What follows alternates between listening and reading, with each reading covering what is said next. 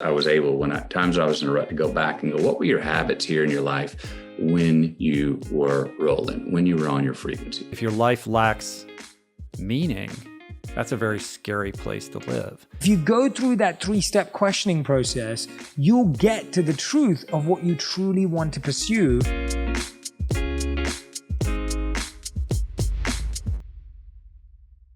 This movie we're in, that action was called One Time, the day we were born, and cut will be called One Time, the day we die. Now, what can we do in that take, in this take we're in?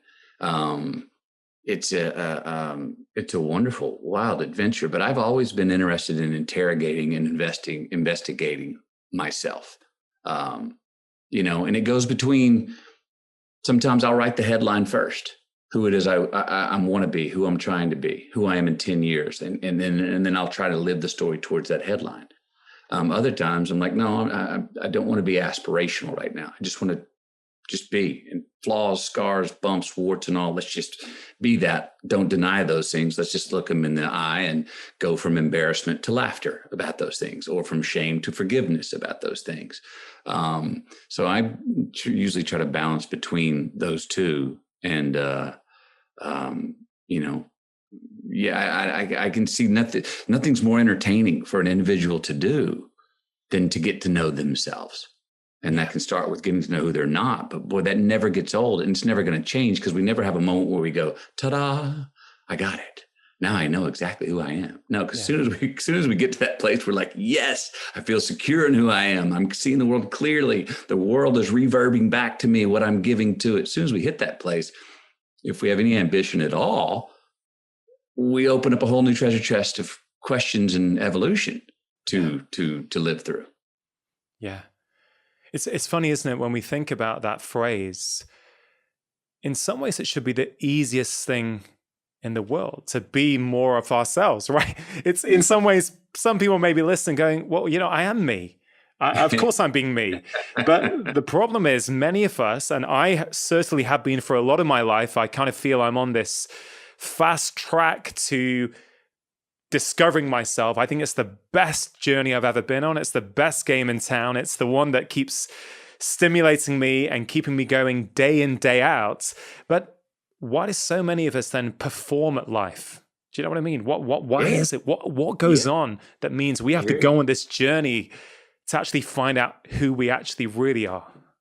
Well, the world is our mirror. I said earlier about how when those times when I'm feeling the most me, and what I'm giving out is reverbing back to me. What my soul's giving out, I'm getting a like response from the world. That reciprocity is when I'm like, oh, there's no gap between who I am and what people, or what I'm doing and what people are receiving and what they're giving back. But a lot of times there is a big gap there. Expectations. If you get in a position, to whatever extent we're both in it, of being known, people have a hidden biography of us before we meet. I remember when I first got famous, over one weekend, my life changed. It just inverted. All of a sudden, the world was a mirror. I didn't meet any more strangers. And not only did I not meet strangers, people came up and go, oh my gosh, how's Miss Hud? And I'm in my mind going, wait a minute, I don't know your name. How'd you know I had a dog? How'd you know her name was Miss Hud? And how'd you know she was diagnosed with cancer? You just skipped 4 things and came right up and said that. So, there's often times that we have to put on different hats and play different parts and know our zone. And there's an art to that. Now, can we do that authentically as well and still be ourselves wearing that particular hat, or playing that particular role, and still be ourselves doing that? Because we have everybody in us. Everybody has everybody else in them. Humanity is in all of us. I answer this question all the time when people ask me about my job acting. Well, you're playing someone else. I said, no, when I do it really well, I'm actually playing more of that part that's in myself. But I mean, expectations, sometimes I love to say this, sometimes we look better than we feel, and sometimes we feel better than we look. But what's really nice is when we look just about as good as we feel, and we feel just about as good as we look.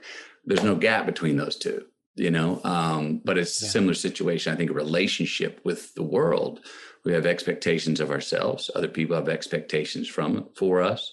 whether they're right on the money and accurate or not, that can sometimes be the battle. I've succeeded at times when the world was not seeing me as I truly am. And I sat there and was like, maybe I should just let this ride, and because I'm getting bank on this, I'm getting certain respect on this, but actually that's not even really who I am. Or those times where you ever had fans that you're like, boy, my biggest fan to me, I'm not really fans of them. What's really nice is when you go, oh, someone who's a genuine fan of me and who I am, I was a genuine fan of them. So again, there goes that lack of that gap where what you're giving out is what's being received and it's coming back. But that doesn't always happen.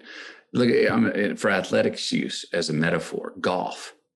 Just like if you're a golfer, which I used to play a lot of golf, when I'm playing really well, it is so easy. Yeah. Being ourselves, when we are being ourselves, is so easy. But the challenge is thinking, I've got it. I'll be on this frequency forever. Yeah. But no, we get thrown off. Either we throw ourselves off or the world throws us off, like a golf swing. When I'm sitting there playing great, this is the easiest game in the world. Yeah. So, but then you can also overcompensate a truth. You can overcompensate and exaggerate something that is one of your own assets. Meaning, like, if for a golf stance, if I've got an open stance and I'm trying to get rid of my slice and I start to close my stance a little bit and someone goes, oh, look, you didn't notice it, but your stance is way wide open. That's why you're behind the ball and you're slicing it. I close my stance a little bit. Now I'm hitting it straight. Well, if I don't watch it 2 weeks later, I've overcompensated and I've closed my stance 4 more inches and now I'm snap hooking the ball. So you can all of a sudden overcompensate and become too much and do the opposite and find an inauthenticity on the other side as well. But I guess in golf, if you have a coach, the coach picks that up for you, right? You don't know you're doing it yourself. The coach says, hey, did you know you're setting up with a closed stance? You're like, really? No, I thought I was stancing square. So then when we use the golfing metaphor in life, who is the coach in our lives that is going to tell us when we're not lining up straight? Well, ultimately it is us. Ultimately it is the man in the mirror. It just also depends on what mirror we're looking in. Are we looking in one of those skinny mirrors that's down there on the boulevard in Beverly Hills that makes us look taller and thinner and younger? Are we looking in one of those ugly mirrors that make us look fatter and uglier and older? Or are we looking in one that's actually looking us square in the eye and going, yeah, that's what I look like. That's who I am. Now, I know I have loved ones around me that can help nudge me back to being who I am while still understanding that, oh, this is a change you're going through. You're trying to evolve. But as long as you don't forget your core values, great. One of those is my wife. I have good friends. Challenge in my position is with success, some people just can yes you to death. Yes. Yeah. Yes. Awesome. Love it. Great. Oh, more. And they're not really measuring off of of my true authenticity or my true competency to be who I am. Because maybe they're just like, yes. Oh, that's awesome. And like, it's a good measure. Sometimes I even, in testing relationships out, sometimes, and even business relationships, I will try something that I know is inauthentic and see what that person's response is. And if they're like, oh my gosh, that's it. That's so awesome. Like, no, you don't really see me straight. I thought you might, but I had a hunch you didn't. And now you've confirmed that you don't really see the same truth that I see. I mean, what I hear when you say that is that you're someone who's spent the time to really get to know yourself, what makes you tick, what is authentic for you, what is inauthentic, and therefore you now have systems and practices around you to make sure that the way you live is in alignment with that. But what I see is many people who don't really know who they are, have not taken the time to know who they are, who basically are living somebody else's life. They're living the life that maybe their parents wanted for them. In my profession in medicine, I see this a lot.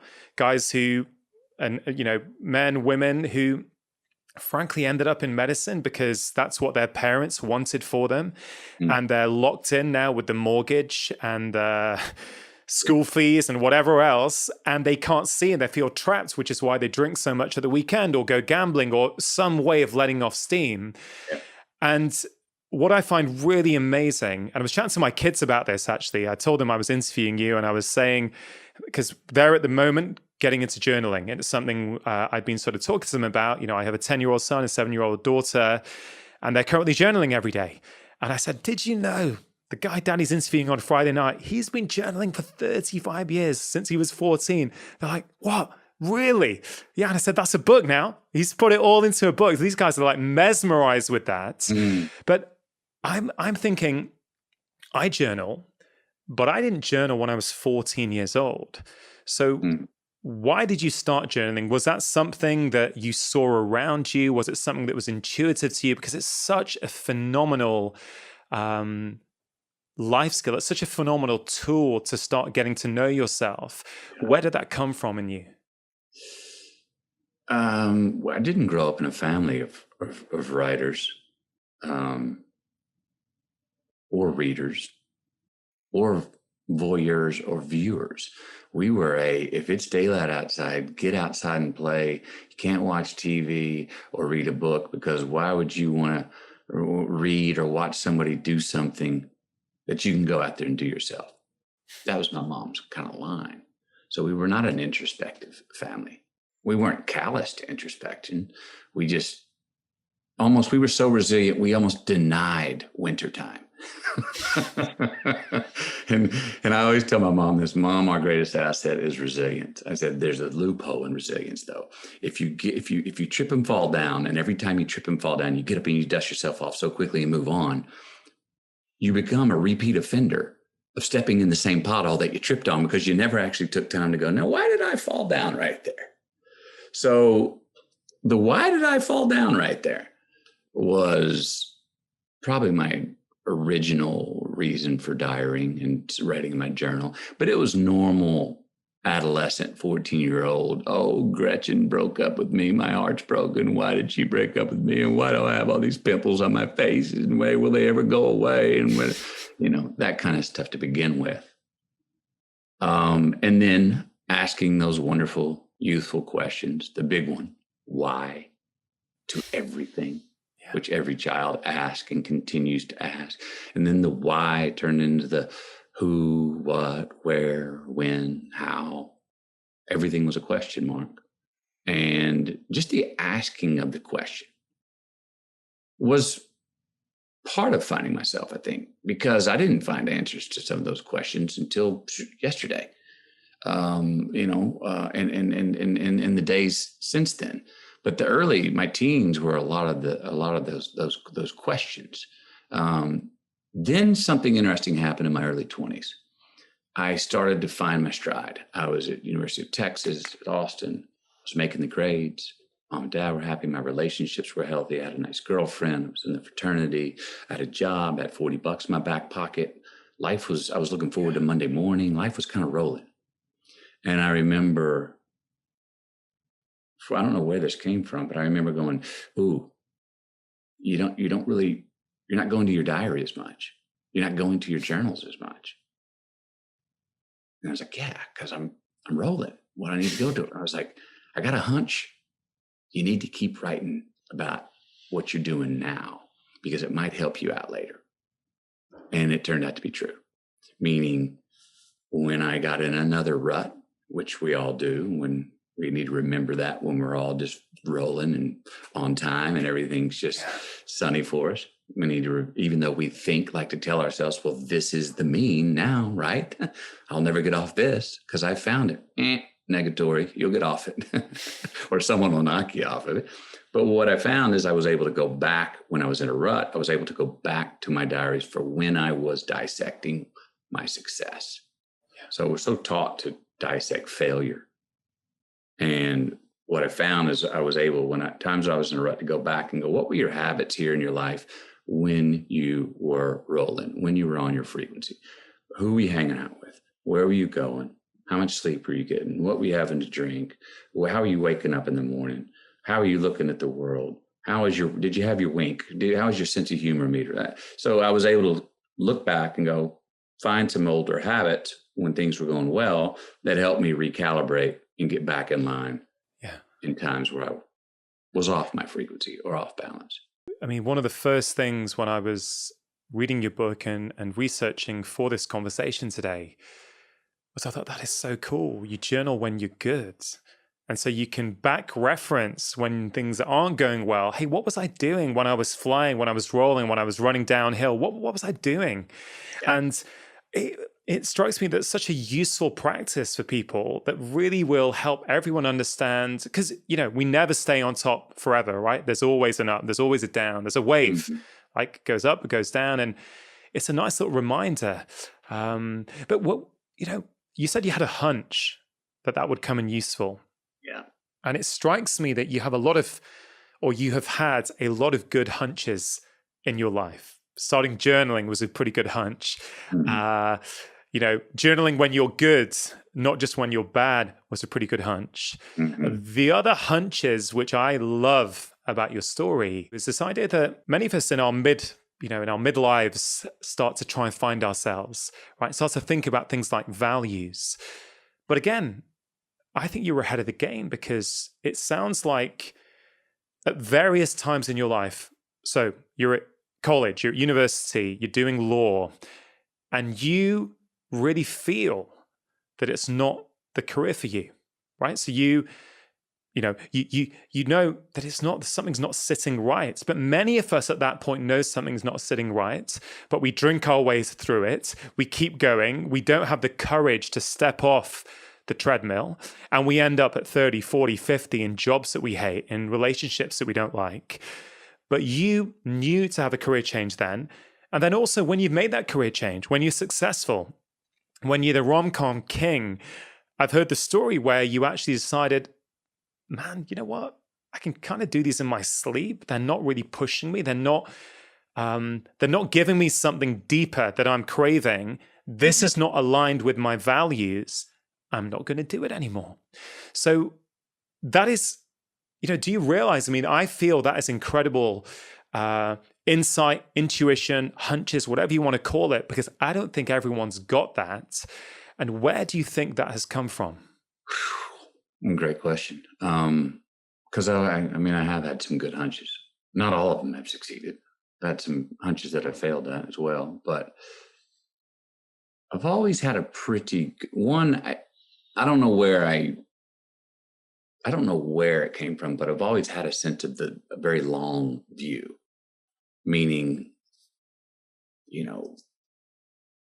just try and pull it off, make the decision. I dare you. Even if it doesn't work, it's not as big of a deal.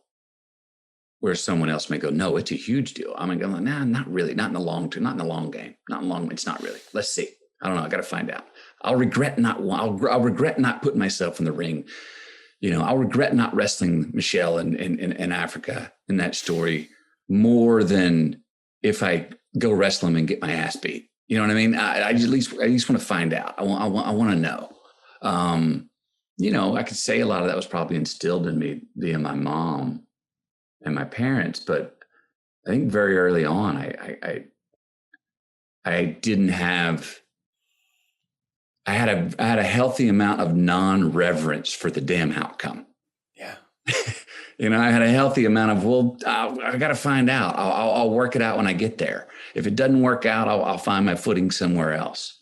So maybe that's called confidence. I don't know. I also love to pull things off. I love to I love to dare myself about the right things and try and do them. Yeah. You spoke of a bunch of circumstances, one being like the 2-year rom-com hiatus after those. It was going against my values. I wanted to see if I could pull off having a career and a job that challenged the vitality I was feeling in my real life where I just had a newborn son, or I was just falling in love with the woman for me. Boy, I was so vital. I laughed harder, had more joy, cried harder, was angrier, everything. The ceiling and the basement of my emotions were wild and wonderful, and I felt very alive. But my work, I was like, okay. So I remember saying, well, it's got to be one way or the other. I'm glad your life feels more vital than your work, but let's at least try and get to work, see if it can challenge the vitality. And that was part of that 2 years off. It just wasn't. And I did in that 2 years. I considered other careers. I thought I may not come back and work. And I didn't boo-hoo on that. I wasn't. If that would have happened, meaning if I would have never got offered the jobs that brought me back into cinema, I'd be fine right now. I don't know. Maybe I would have taken up law. Maybe I would have been a fourth grade teacher, orchestral conductor. I don't know. I would have done something.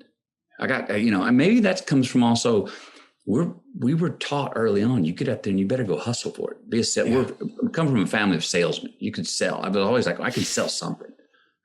I'm not going to go hungry because I could sell something. Yeah. And ended up in a position to be able to sell my greatest, thing I value the most, sell myself. Yeah. And that leads back kind of to your opening question about authenticity. Boy, I mean, look, let's admit it. And I don't think not everyone, we can't all do what we love, can we? I mean, wouldn't unemployment be just sky high if everyone only did what they loved? It's a question I bring up. My brother says that to me, and I'm like, yeah, I guess you're kind of right. I don't think we can, the way the world is currently set up, that's for sure. I mean, I'd like to think, when people talk about technology and AI and how it might change things, there's lots of pros and cons, but I do, I'm an optimist, right? I always think the best is going to turn out, the best is going to happen. I think, well, maybe society will change to the point where technology will end up doing all the roles and the jobs that we don't like doing. Right. So we can actually all, tap into our creative selves and actually be, I love that idea. Is it, am I dreaming? Probably. But, I kind of like dreaming. I like it. I hear you. I hadn't thought of it that way. Yeah. Maybe technology could do that. Do all the stuff we don't like to do. And then we become better parents. We become more creative in how we engage with the world and each other. And, not everyone becomes artists, but we all get better at the art of living. Yeah. The art of living. I'm going to come back to that because that's something I circled when I read it. But Green Lights, that's the name of the book. It's an awesome name. What is a green light?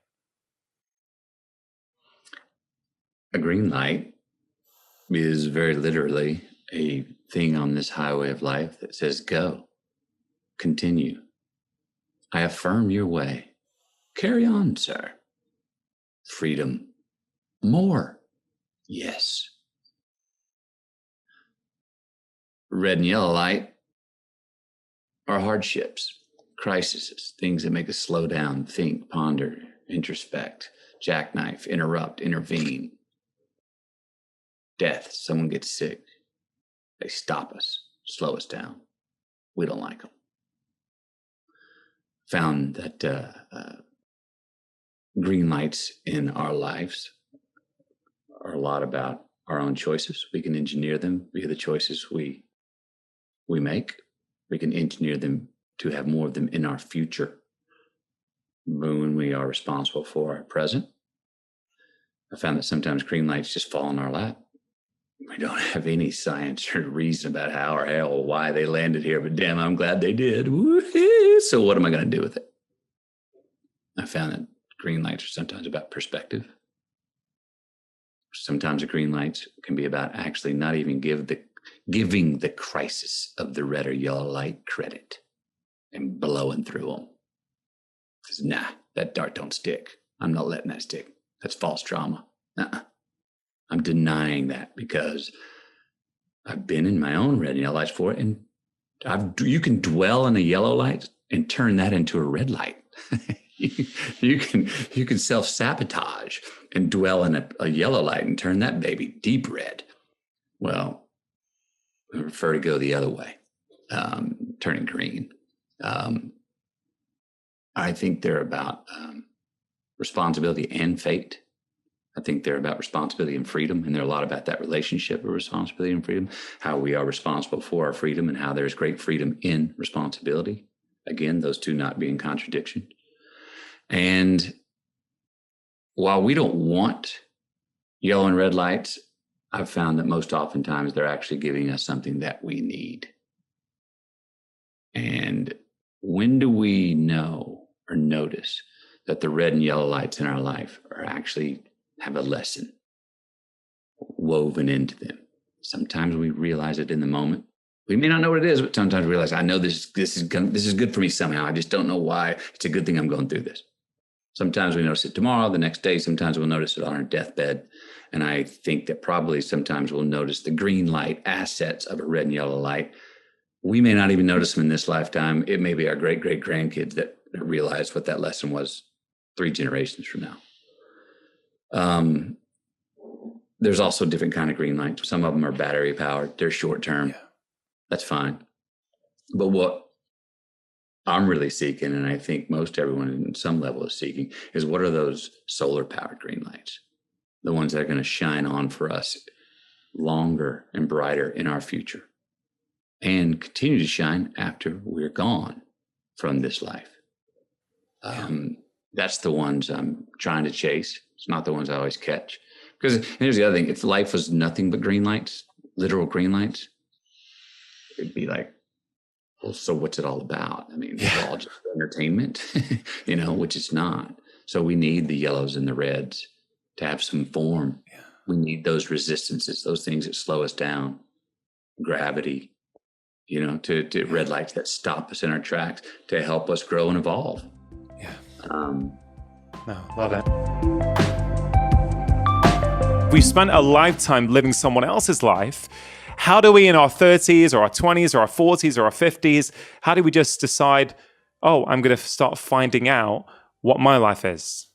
Yes, absolutely. And I love the tone you're sharing this in, Rangan, because my tone's the same. Like, I'm not coming at this from a point of view of, we're wasting our lives or I've got it figured out. Like, I don't want to make this about you not getting your goals or not having pursuits or not wanting to become something, because I want to do all those things too, but it's about why you're doing it. And it's also about making sure they're truly motivated by your inner desire, right? Like, that's the point. It's like, if you want to drive a BMW because that's the car you love. Don't drive it because you think.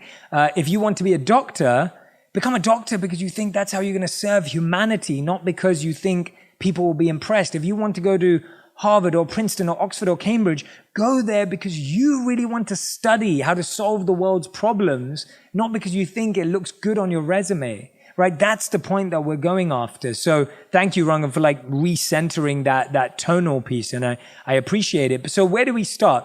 One of my favorite ways to start is looking at what we value. And values are a very intangible word. And so there's a very easy way to figure out what you value. There's 2 things you have to look at. You look at how you spend your money, the most painful thing you can possibly do. Go through your bank statement and look at where your money is being spent. That is what you value. The other thing that we spend, just like we spend money, is how we spend our time. Those are the 2 most perfect ways to see what you currently value. Your value isn't what's in your head, isn't what's in your heart, it isn't what's in your mind. It's how you spend your money and how you spend your time. And so, just to give you an overview, and I share this in the book, that research was done on how we spend our time. And the research showed that we spend 33 years in bed, right? 33 years of our life in bed. And 7 years of that is spent trying to sleep, not even sleeping, right? We spend 1 year and 4 months exercising across our whole lives. These are, by the way. We spend more than 3 years on vacation. And we spend a bunch of days trying to get ready. And we spend a bunch of time, standing in lines and queues. And so much of our time just gets spent. So the question we have to ask ourselves is, where am I currently spending my time? And where do I want to spend it? Now, studies also show that everyone has to go to work. So this isn't about what you do for work. people who had more meaningful, purposeful lives and were healthier, wealthier, and wise invested their time in education over entertainment. And Rangan, your audience is lucky because they get education and entertainment in one place. But that's the goal, right? Like that's the goal, that you're creating an opportunity for people to find education. The smartest, the wealthiest, the most healthiest, the wisest people in the world were reading books, watching documentaries, taking courses, listening to podcasts, learning to better themselves. And so that's the first place to start. The second place, when we look at that value audit, is I want you to write down 3 things that you're currently pursuing in life. It might be a promotion, it might be a new home, whatever it is that you are currently pursuing. And then I want you to ask this question. Is that your desire and your dream, or is it coming from something outside of you? Is it coming from a pressure of a family member? Is it coming from an expectation because your friend just bought something? Where is that desire truly coming from? And the third and final question you want to ask yourself is, do I still want to pursue that? Or do I want to change how I pursue it? Or do I not want to pursue it at all? And if you go through that 3-step questioning process, you'll get to the truth of what you truly want to pursue and stop yourselves from building a sandcastle, which the waves of time will eventually wash away. And so that's what we get lost doing. We get lost building castles that we don't even want to live in. Yeah. It's so profound. And, you know, I really think that there's something unique about the times in which we live now. There really is this dissatisfaction, this lack of contentment. You know, you put it so beautifully at the start of this conversation. I don't know if you've seen the documentary Minimalism. I haven't actually, no. Or not, which I think you'd absolutely love it. I really, really enjoy it. I've seen it a couple of times. I've watched it with my kids again recently. But again, it's these 2 guys in their 30s who, you know, they've got success by society's definition. They've got the job, they're earning good money, you know, but there's a hole inside. There's a feeling of, is this all there is to life? And so I really think you're tapping on something that is really out there at the moment. And really, if people can get their heads around this, I think it can transform their own lives, but also transform the lives of the people around them, which I think is really, really exciting. Now, you called it a value audit. Now, I thought that word was really interesting because I have been I had sort of nearly 3 weeks off social media until 2 days ago. Like I didn't post, I went off it, I made a thing of it, and I found that I found it a lot easier to go inward in my life. It was just one thing to switch off a bit of noise for me. That I'm not saying everyone has to do this. It's just something I personally find useful. And I also like to, I think it's a nice example to set to people that you can do it if you want to. But what was really interesting is I've been doing a values exercise with myself. I've been trying to write down 5 core values that I want to live my life by. And it really struck me that a lot of people, and I would probably include myself in this, have got an idea of what we think our values are. But unless we actually go and audit the process of what are we spending our time and money doing, we have no idea if we really are living those values. So I really like the term audit because it's not your perception of how you think you're actually spending your money or spending your time. It's the reality of it. And I think it's something that I haven't done it.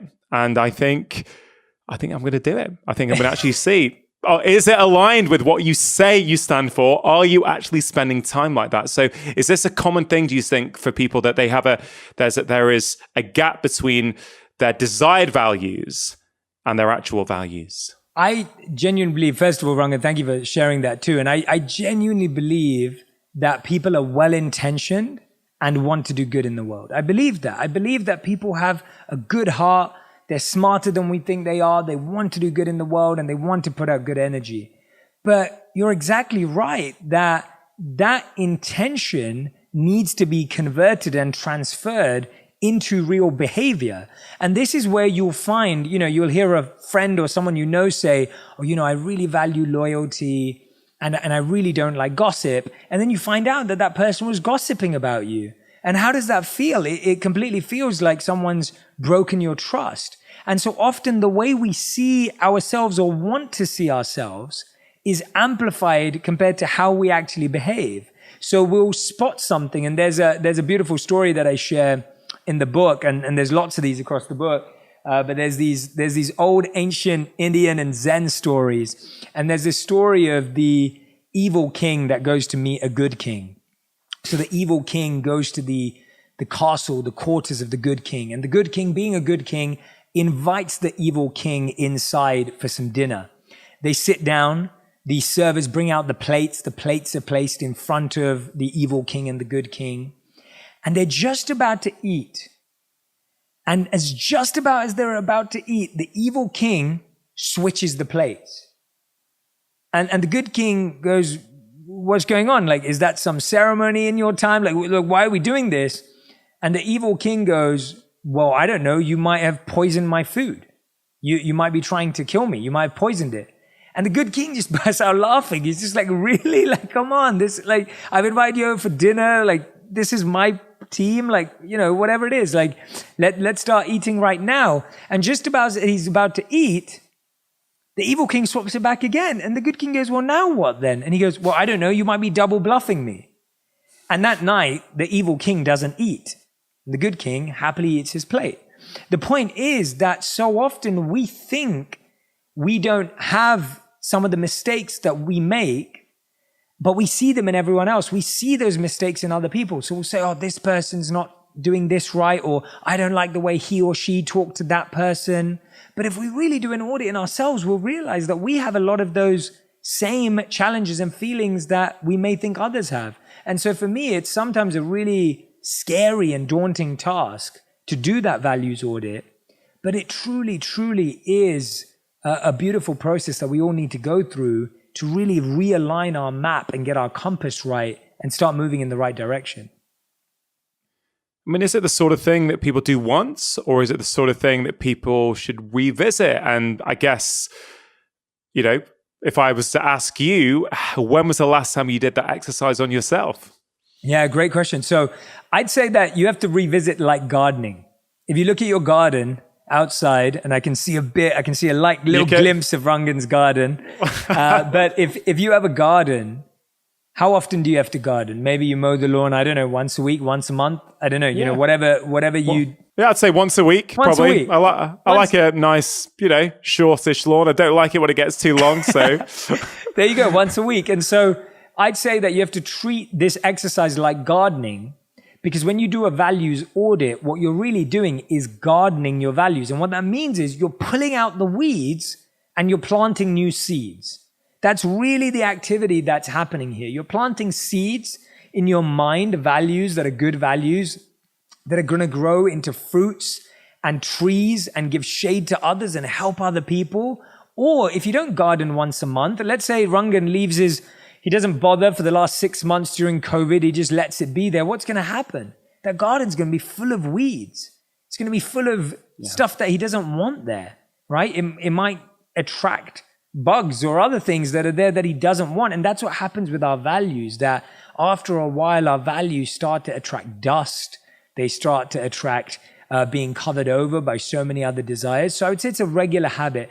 I'd say that I do a refining values and intention exercise on myself about 3 times a week. I used to do it every day, but probably about 3 times a week. And I'm not saying anyone has to do it that often.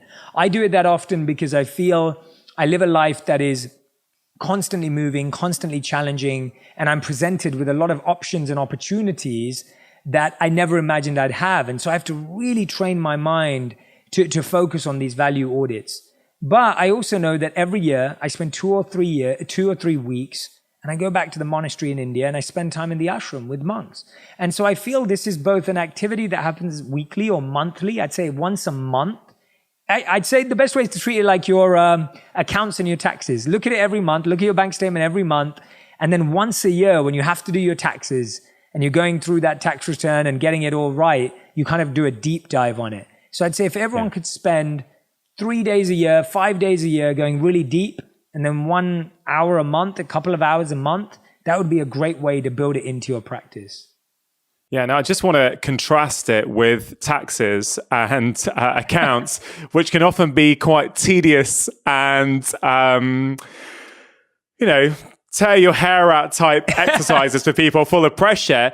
I would sort of say that the kind of practices that are that your book is jam-packed full of practical tools for people.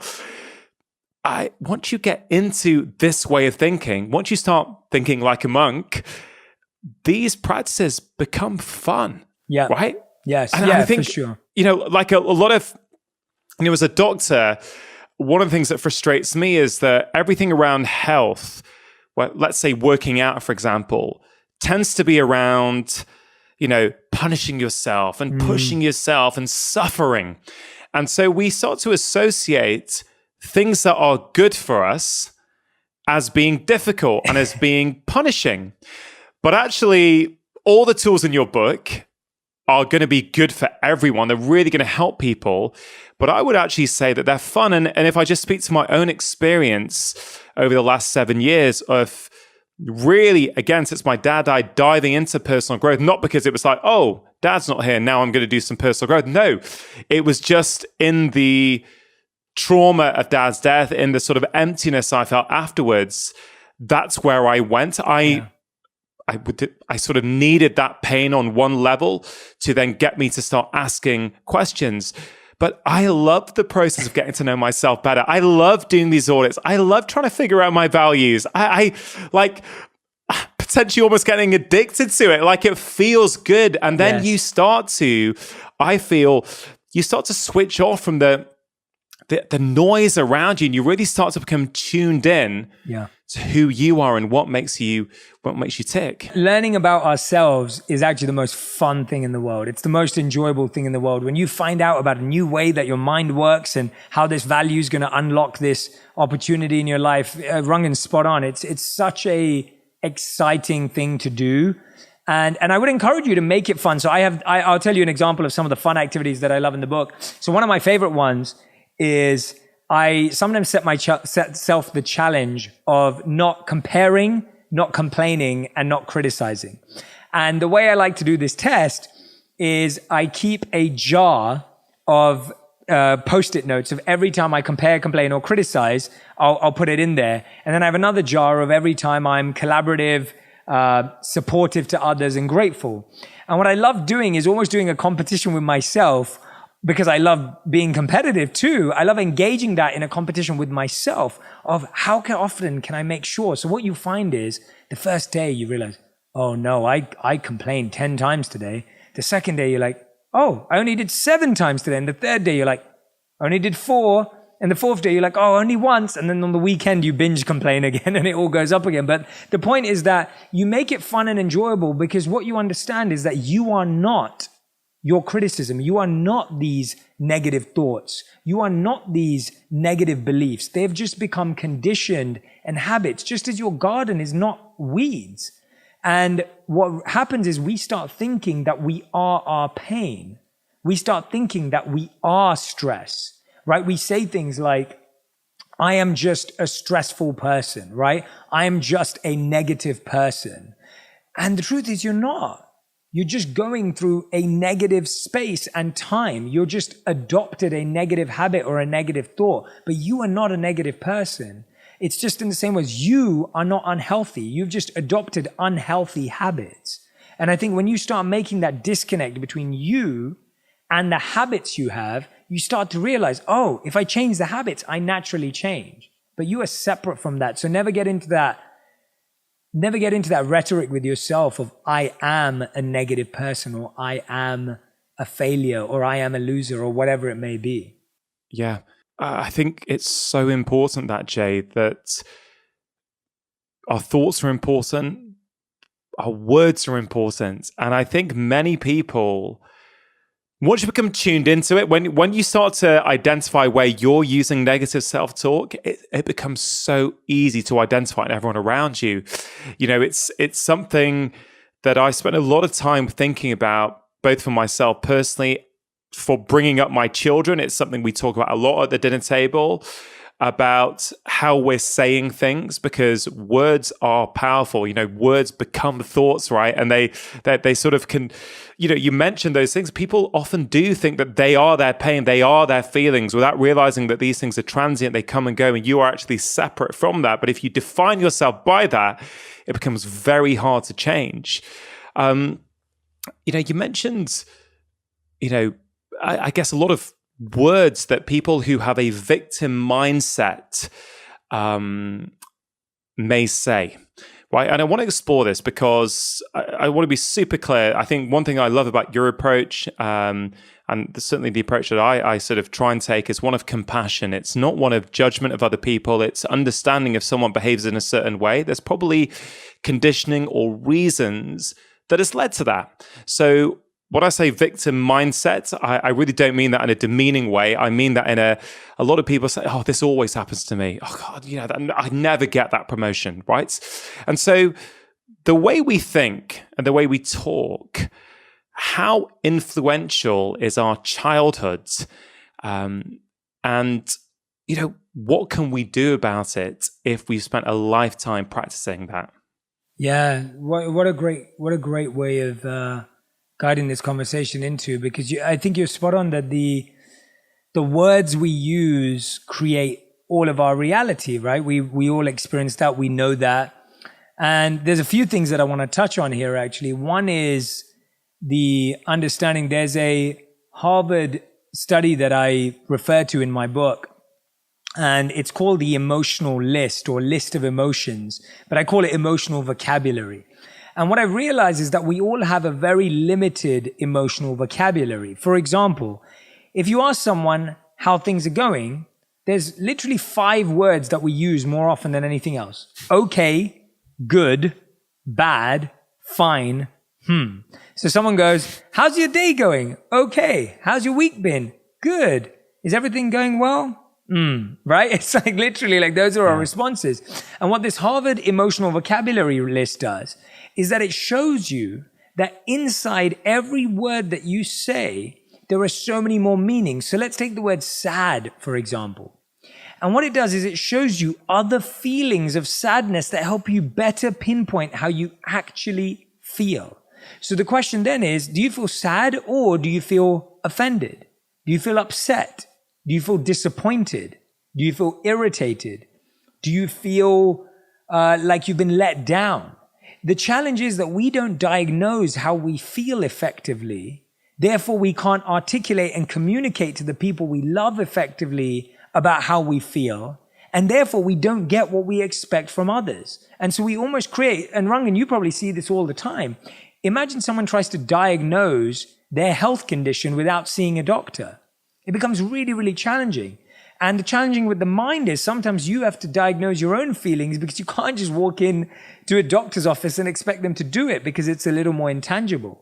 So we have to get much better at understanding and articulating ourselves and diagnosing our challenges and what we experience. But when you spoke about childhood there, I thought that was a really important point because literally there are so many studies that show that our belief in ourselves, our desire for love, our understanding of ourselves is formed in our childhood.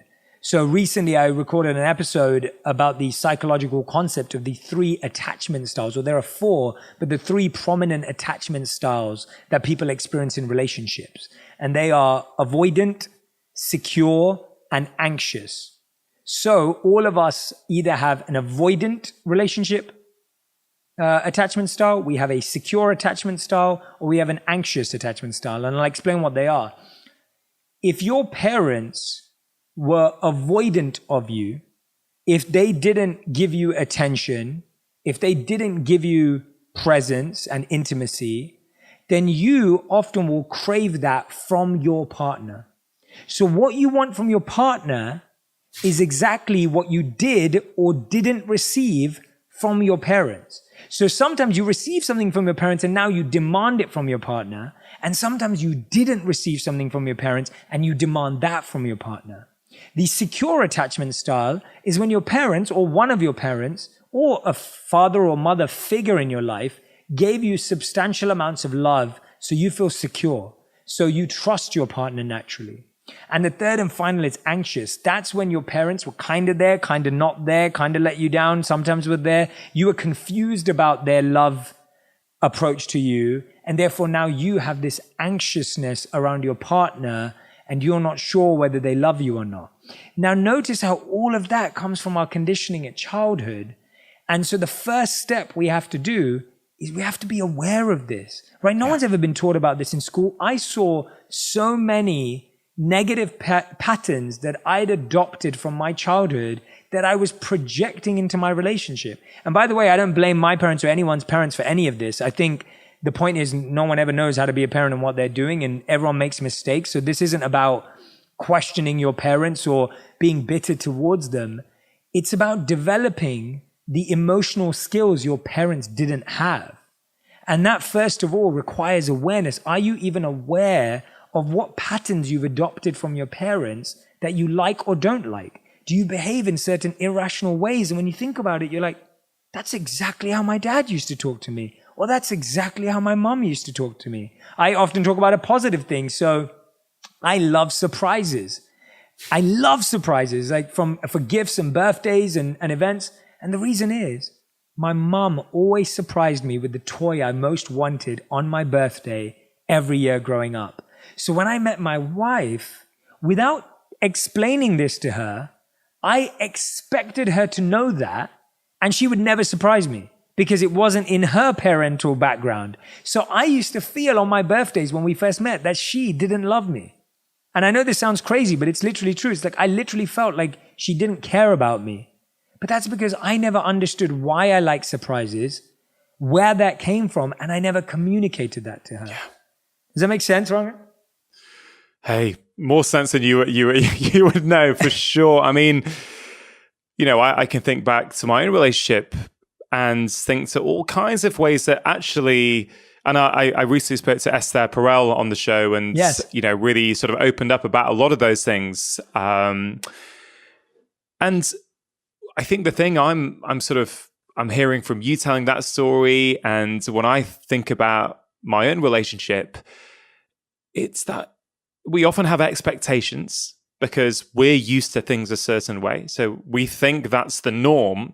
But of course, someone else has got their own idea of what is normal. And, you know, we've explored this ourselves. And I think as your communication gets better, as you learn, as you said, to have a vocabulary around these things, as you learn to be able to articulate them, suddenly there's understanding on both sides. And a lot of that friction no longer arises because you can communicate. And I guess now your wife will go, oh, you know, Jay likes gifts, you know, even though that's not my thing, for example. It's kind of like, oh, maybe I'll get him a gift because that's how he experiences love.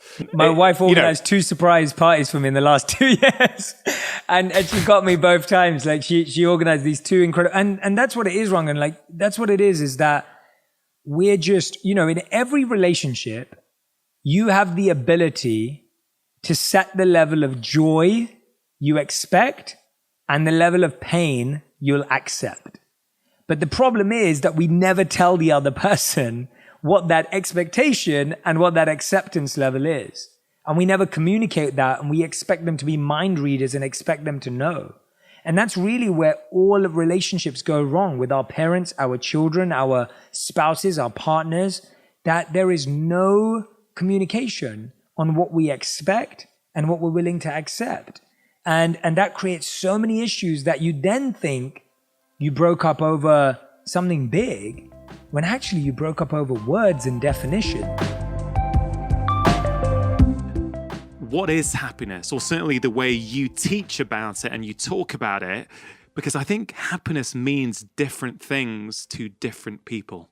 Yeah, totally. And I love the way you said how I define it and how I teach about it, because I think we could have as many definitions of happiness as there are people in the world, right? The way I teach about it is to really use the social scientist definition of happiness, which admittedly is a pretty narrow one. It's a kind of definition of happiness that works for scientists because we can measure it. But social scientists tend to think about happiness as sort of being happy in your life and being happy with your life. So being happy in your life is just just how many positive emotions you have. Are you feeling joy? Are you feeling laughter? Are you feeling socially supported? Are you not experiencing as many negative emotions like anger, frustration, sadness, anxiety, whatever? So if that ratio is pretty good of the positive emotions to like negative emotions, I can say you're pretty happy in your life. But there's also this component of being happy with your life, which is kind of a bigger question. It's sort of the answer to the question, all things considered, how are you feeling with your life right now? Are you satisfied with your life right now? Does your life have meaning and purpose and so on? And it's worth noting that those two parts of happiness, the in your life and with your life, can dissociate. This is salient to me right now on campus. I live on campus, but I also have a dean who lives on campus, and she and her wife just had a new baby, and they're, really happy with their life. They have this, new child and this new creature they're taking care of, that they've brought into this world. But then they're pretty unhappy in their life. There's a lot of dirty diapers and less sleep. So it's worth noting that these things don't always hang together, and scientists tend to be able to measure both of these pretty well.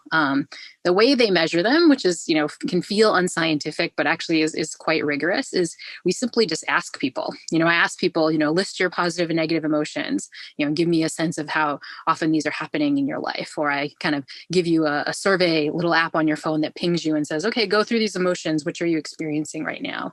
And then same thing with measuring happiness kind of with your life. I can just ask you the question, scale of 1 to 10, all things considered, how satisfied are you with your life right now?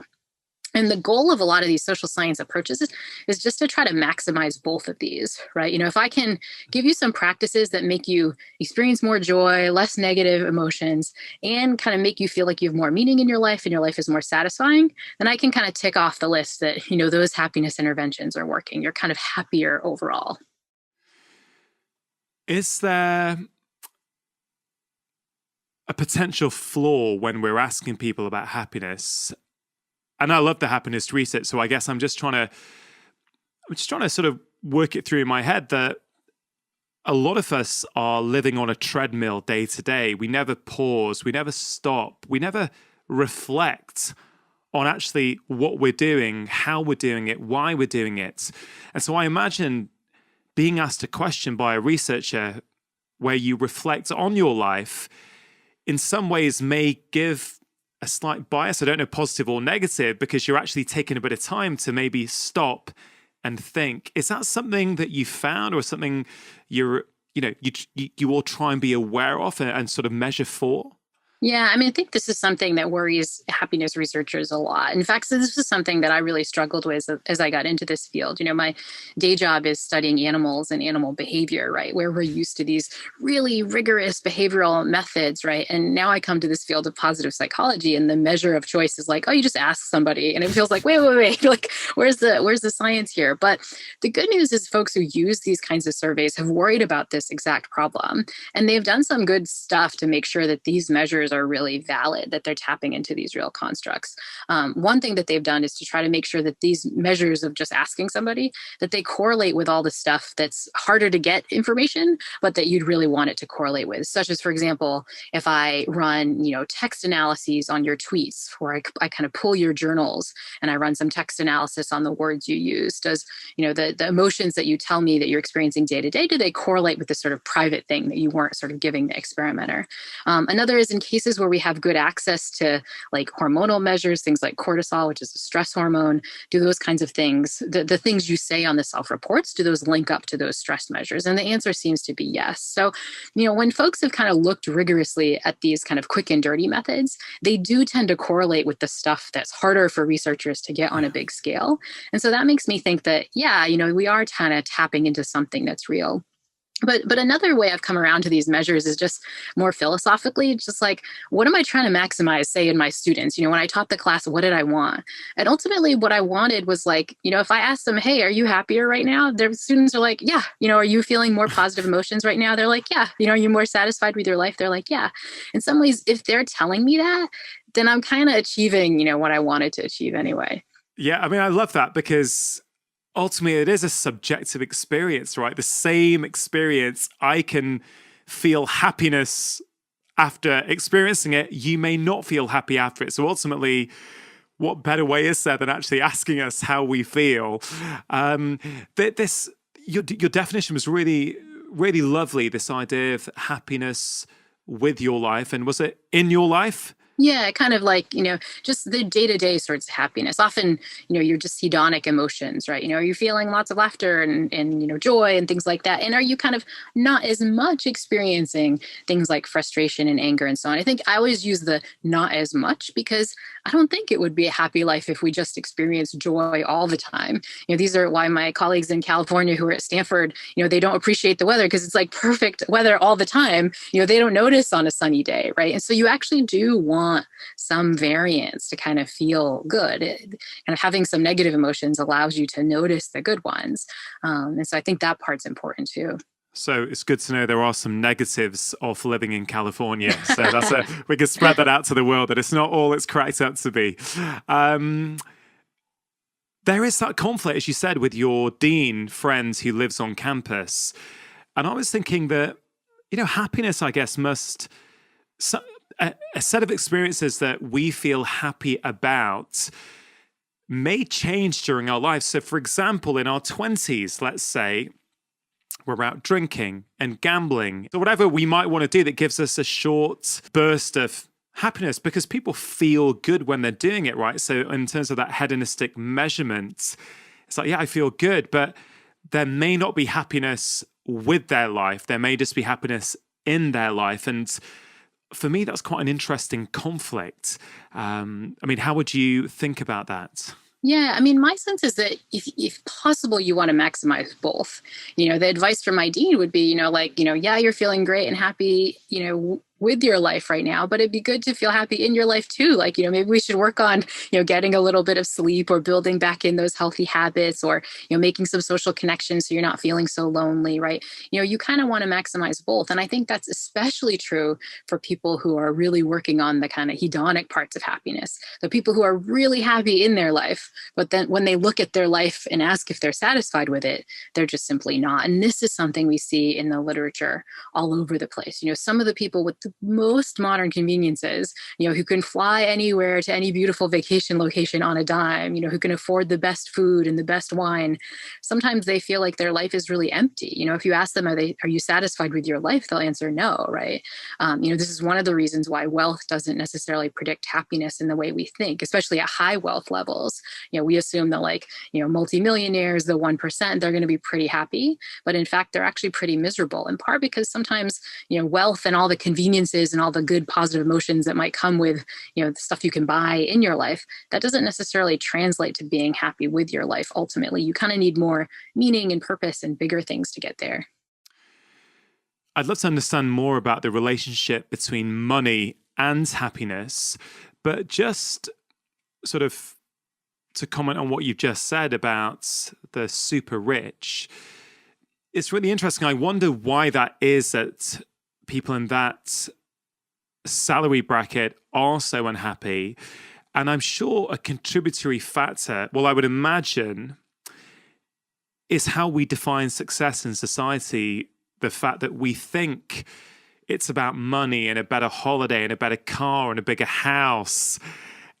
And a lot of the way we live, whether it's schools, universities, they keep driving you towards that. And then for those who actually do get there and get that money, often I guess there must be that realization that, oh, well, it's kind of that it? Because actually, if money is your aspiration, then I guess until you get to Jeff Bezos, there's always someone who's got more than you, right? So, what is that relationship between money and happiness?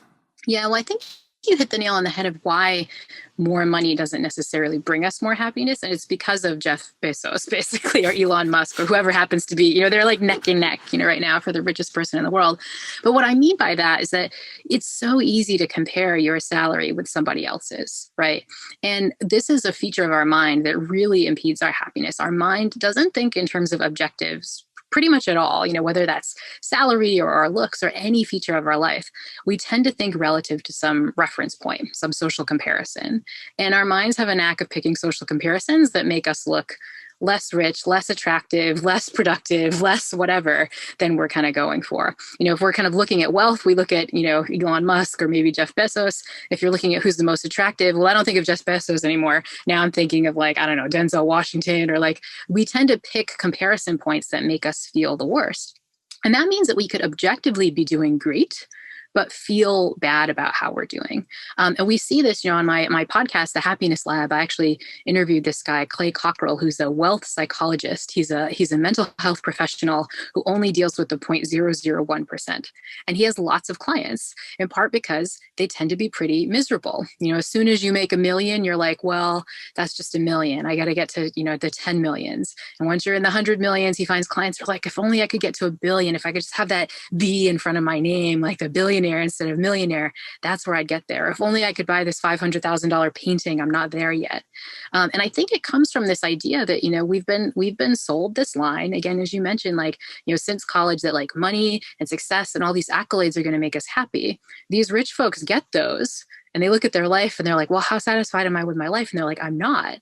And rather than thinking, wait a minute, maybe that was bunk. Maybe money and success and all this stuff didn't bring happiness. Instead, they say, I just must not be rich enough. If only I could get a little bit more, that's when I'll really kind of get that happiness payoff. And so what you find is that the rich, tend to be relatively unhappy. They tend to find relatively less meaning in their life, in part because they're chasing after some comparison point that they're never going to get to. And what does the research say about lower income levels? Because it's one thing when you've got all the money to buy shelter, food, anything that you could possibly want. But there's obviously another end to that scale where money might be influential in terms of our happiness levels. Yeah, that's really important because in general, overall, the message from the work on happiness is that your circumstances don't matter as much as we often think, whether that's your wealth level, your job, or your relationship status, and so on. But if those circumstances are pretty bad, then yes, improving your circumstances will really improve your happiness. And so let's take the case of money, right? I'm saying, being a multimillionaire doesn't necessarily make you happy, but what if we get to the other end? And researchers have tried to look at this. In fact, there's a famous paper by the economists Danny Kahneman and Angus Deaton who looked at this back in I think, 2009. And what they did was they tried to look at a bunch of different measures of people's well-being and correlate that with people's salary. And what they find, if you look at the lowest levels of people's salary, is that happiness and well-being tend to go up for a while, and then all those well-being curves level off at a certain salary level. And when they did this back in 2009, that was a salary level in the US of $75,000, 75,000 US dollars. That means that if you're earning under $75,000, then yeah, getting more money is probably going to improve your happiness. That might be the spot where you stop really worrying about bills, or, you can get that gym membership, or you can buy yourself a little time, make sure there's food on the table and so on.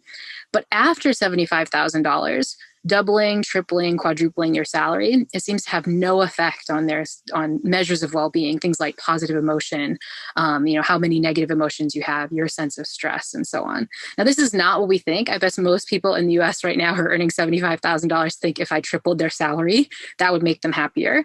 But the data when you really dig into it, suggests that's not the case. If you're earning under that, yeah, definitely improving your salary would help. And so, there's this interesting kind of reaction that you could have to research like this, which is like, well, maybe we should support a universal basic income. And maybe we figured out like a little bit where that basic income would be at, right? If we gave everybody that, then giving them more wouldn't necessarily help happiness. You mentioned that what we think often isn't played out by the research. And I've heard you speak a couple of times before, Laurie, and this is a theme which I've heard you speak about before, that our intuitions over what makes us happy are often wrong. I wonder if you'd mind expanding on a few examples. Yeah, I mean, this is I think, one of the dumbest features of the human mind, right? Like, it'd just be nice if our brain was like pointing us towards the things that were really going to make us happy, if we went after the stuff that we were really going to like. But the data suggests that that's just not the case. There are all these domains where we think, if I could only get X, then I would be happy. But then we get that X and it just doesn't work. And so, we just talked about money as an example. Material possessions are another one. Many of us think, oh, if I could just get that beach house or that new car, or even just, at a local level, I'm just going to buy these new shoes. They'll make me happy. The data suggests that, yeah, it makes you happy for a split second, but then it's not really a happiness that seems to last. It doesn't kind of give you lasting happiness. It doesn't even give you happiness that lasts for as long as we think. And so there's all these ways where we think that changing our circumstances is going to boost happiness, but in fact, it just doesn't work. The flip side, though, is there's all these different interventions we can do to boost our happiness. I imagine we'll talk more about them, but simple things like taking time for social connection, like experiencing more gratitude, like being present, exercising, sleeping more, like those things have a huge impact on our happiness, but we just don't have motivations to seek them out, right? Like we tend not to realize, hey, that's the thing you need to go for. At least we don't realize it as much as we go for the money and the success and the accolades and those things. And those should be the things that we're focused on. So this is a problem. I sometimes joke with my students that our minds lie to us about happiness. And I think it's almost like the way our minds lie in these other contexts. Like if you're looking at, one of these visual illusions that go around on the internet, right? You see it one way and it's really strong intuition you have, but actually the way that what will really matter for your happiness might look like the opposite, might look like just something that doesn't fit with your intuitions. And that's bad because it means we're systematically going after stuff to improve our happiness. That's not going to work. It'd be one thing if we just weren't working at it. If we're just like, oh, I'll just see what happens. Maybe I'll get happy. The problem is we're putting a ton of energy and effort into becoming happier. We're just doing it wrong. So fascinating. And definitely we're going to get into what are these interventions? What are the practical things we can do to increase that feeling of happiness inside all of us? Before we do that, though, I'm really interested on a personal note that, as you said, you study animals and you came across this predicament of unhappy students that, you felt that you wanted to help them. And so you turn your attention to this course. What was the name of the course again?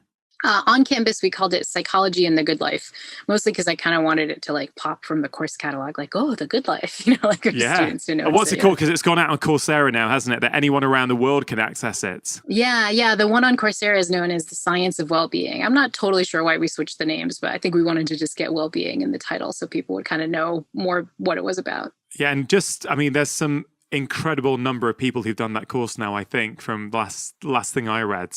Yeah, it's been a little surreal, to be honest. When we first put the class online, hundreds of thousands of people signed up pretty quickly, which was sort of shocking. But then when the pandemic rolled around, right around March of 2020, we had this enormous increase in the number of people who signed up. So just the first couple months of the pandemic, over 3 million people signed up to take the class, which was incredible. But again, I think it kind of made me, as a scientist, sort of feel really kind of excited about my fellow man, right? I think it was like people wanted to figure out how to really get through these tough times, and they didn't want platitudes.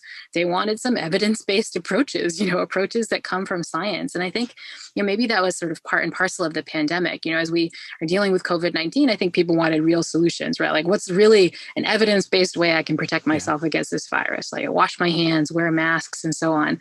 I think people wanted to do the same thing, not just to protect their physical health during this time, but to protect their mental health.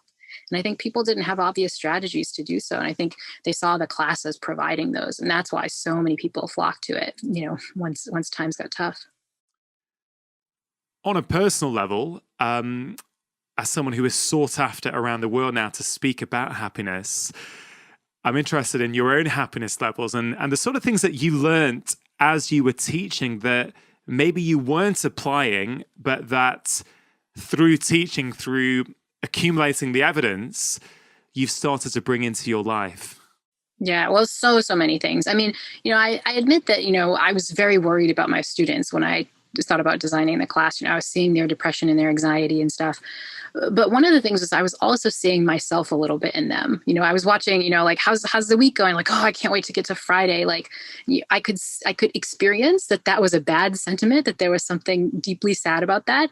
But I also resonated with it. Yeah, me too. If I can only get to Friday, or even just things like feeling anxious and depressed, right? I wasn't necessarily clinically depressed or clinically anxious, but, I saw all that stuff in myself myself too. All the bad strategies I watched my students doing, every error I saw my students making when it came to their happiness, I could see seeds of that in myself too.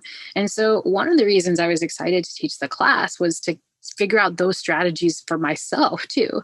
I also realized that if I was going to be this happiness professor, I had to practice what I preached, right? It's like if you're a medical doctor, you can't go off and be unhealthy and eat cheeseburgers all the time and stuff like. You got to kind of toe the line so that people know that expertise is real, that you're kind of not selling snake oil. And so what it meant was that now I really needed to kind of follow the things I was telling my students. And again, the research shows if you engage in these practices, you get happier. Like I use the kind of standard empirical survey measures of happiness. On every single one, my happiness has gone up, at least 1 to 2 points on a 10-point scale.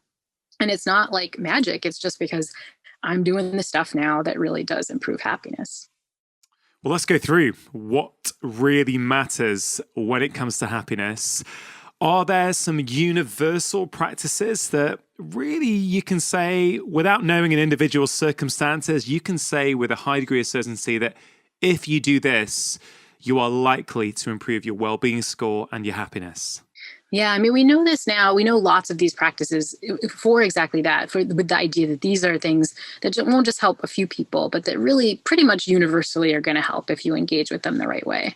And it's worth noting kind of where we get this evidence from. I mean, the evidence starts because positive psychologists go out and they really study happy people. You find them, like they're out there, in the UK and London and New Haven, like, you can find these folks. And then researchers try to ask, like, what are these folks doing differently? Like, how do they behave differently? Do they spend their time differently?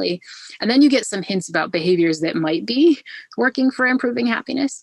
And then the next step is that you do an intervention. You bring in the not so happy folks. You make them do the behavior that the happy people are doing. And then you measure whether happiness goes up. And in lots of cases, we have examples of, kinds of behaviors that we know really, really works. And so one of the biggest behaviors that works super well for improving well-being is social connection. One of the most famous papers in positive psychology by the psychologists Marty Seligman and Ed Diener say that social connection and feeling socially connected is a necessary condition for very high happiness. You just simply don't find highly happy people who don't also feel socially connected. But we also know from the intervention work that improving your social connection, making new social connections, even talking to strangers, like on a train in sort of pre-COVID days, like talking to strangers on your commute, can actually boost up your well-being in ways we really, really don't expect. And these types of effects hold across personality variables, so you get the same sorts of boosts of happiness for social connection for introverts and for extroverts. It seems to work in ways we don't expect. And I think this is one of the reasons we're all struggling so much during COVID, is that, insidiously, one of the problems of COVID is that we have to sort of socially distance. And that means that some of us aren't engaging in social connection in the way we used to. Even in subtle ways, many of us are working from home, so we don't get the kind of office cooler, chat that we get with our coworkers.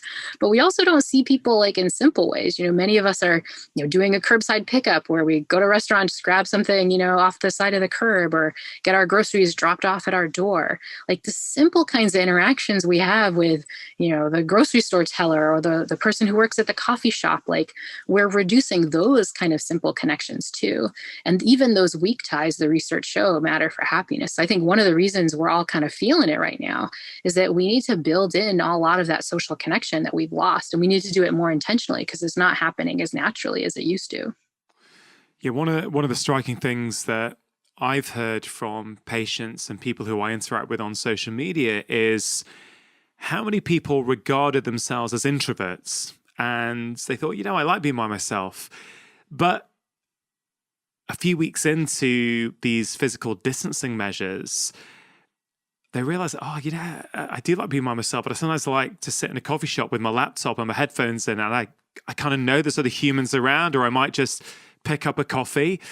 And a lot of introverts or people who would regard themselves as introverts think, I'm really, really missing that, the background buzz of other humans, which I think really speaks to what you were just saying there, that all these little, these small interactions that we possibly took for granted, either getting the train to work, saying hi to the ticket office attendant, showing your ticket to the conductor on the train, and all those little things, as we get stuck in our homes, on our screens, there's a huge part of how we've evolved as humans for thousands, tens of thousands, hundreds of thousands of years that has frankly just been removed from us. And the impact, I think, is pretty worrying.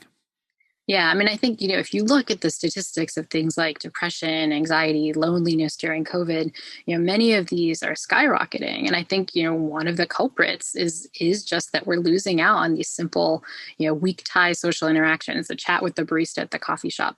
Those things we forget really kind of build up our happiness. I think this is another big misconception we have about happiness is we think of happiness as sort of a destination. You get there and you're sort of happily ever after, but that's not the right metaphor for happiness. Happiness is more like a leaky tire, right? It's going to kind of go flat a little bit, but then, you chat with the barista at the coffee shop and that, kind of makes you feel a little good. And then you go about your day and, chat with someone else or have another joyous moment. We kind of can use these moments of joy to sort of boost up our happiness over time. And a lot of those moments were social moments. When we don't have that true sense of meaning and purpose in our lives, we do distract ourselves, whether it's alcohol, booze, shopping, sugar. I'm not at all trying to trivialize those things in the same way as alcohol, just to be super clear. Yeah. No, I mean, what I would say is this. I mean, I love that Frankl quote, and I think it's very true. If your life lacks meaning, that's a very scary place to live. And I think there's a certain cross-section of the population that's born and wired more sensitive than other human beings. And so the acuteness of that pain of not having meaning in their life is going to manifest itself in a more malevolent way, I think. And that would be the addict and the alcoholic, the person who's going to seek that escape in a more self-destructive way because that pain is so severe for them. At the same time, I really believe that addiction, alcoholism is a subset of addiction. I think addiction is a spectrum disease that essentially affects every single human being. And what I mean by that is, on the one hand, you have the alcoholic who's in the gutter, or the heroin addict that just can't pull, who's got abscesses and can't keep the needle out of his or her arm. But on the other hand, at the very other end of the spectrum, you have the person who mindlessly scrolls through Instagram while they're standing in line at Starbucks, or the person who repeatedly dates the wrong person that's bad for them, or the individual who keeps looping a self-defeating narrative about who they are. Those are all different forms of addiction or compulsive behavior patterns that separate us from our innate divinity and prevent us from being the self-actualized human beings that we're capable of being. Yeah. I mean, I hope people sit and reflect on what you've just said there, because I think it's right on, and it's something in with my own certain personality traits, my own addictive behaviors. I've also been wrestling with in a very different way, I might add. Of course, we're all different, right? All of our experiences are different.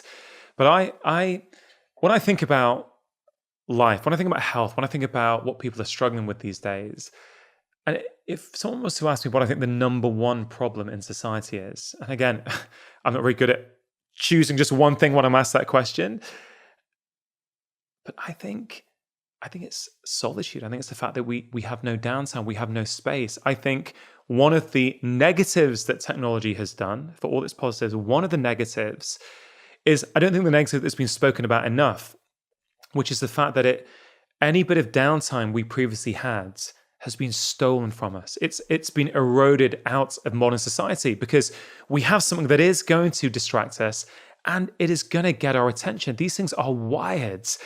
Our own feeds with the algorithms, your own Netflix accounts, these things are programmed to feed you what is going to give you that dopamine hit, right? You can't compete with that. So if you are chronically looking at this stuff, I think for many of us, it is a distraction. For many of us, it means that we don't have to sit there in stillness and think about our lives. I want you to think about this for a moment. I'm older than you, but I think one thing that we share in our general age bracket is that, to the extent that we are the same general generation, we are the last crop of people who know what it's like to live in a pre-internet world and now live in a fully connected world.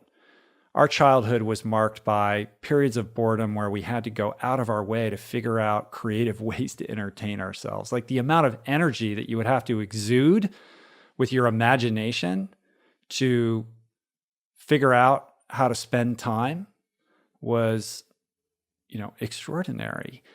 Fast forward to, the 12-year-old now, or the 10-year-old or the 8-year-old.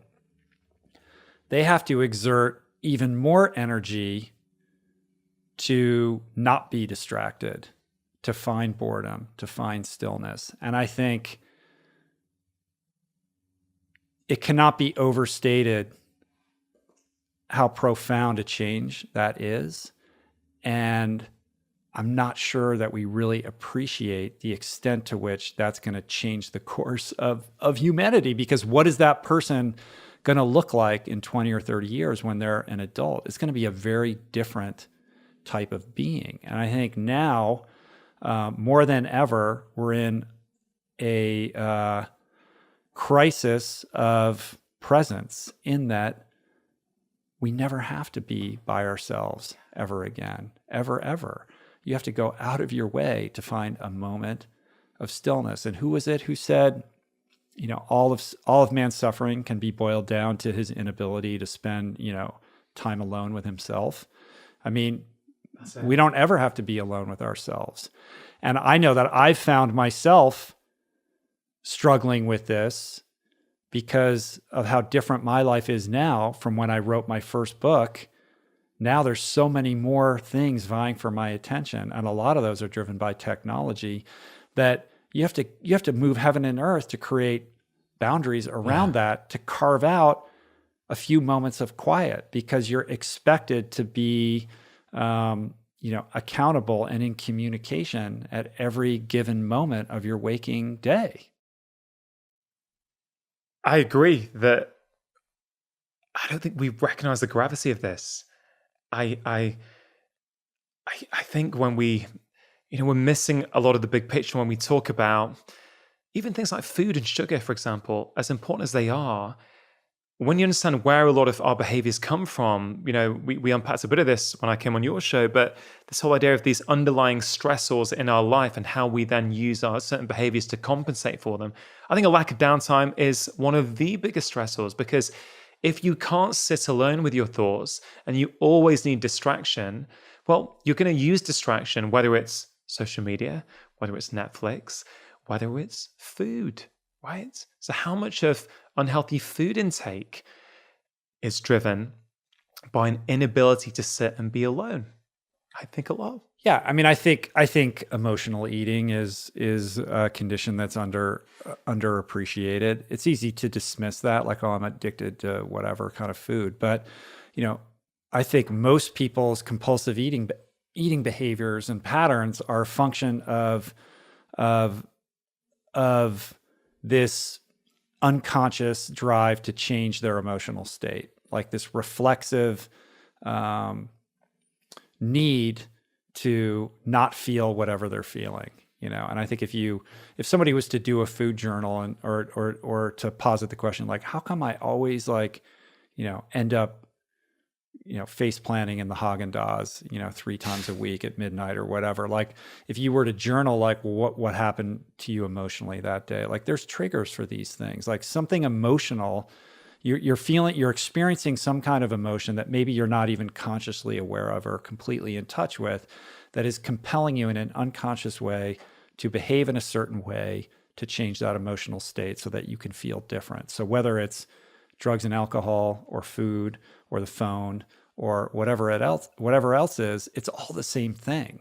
It's all the same thing. Yeah. It is a, addictive predisposition to alter your emotional state and avoid having to confront, a feeling or an emotion, and an inability, because of the way we're hardwired, to understand that feelings are just that. They're feelings. Like when we have an uncomfortable feeling or a fear impulse or something like that, we're hardwired through our amygdala, which we talked about earlier, to think that we're in peril, we're going to die, right? And we're going to act accordingly to redress that. But the truth is, it's just an emotion.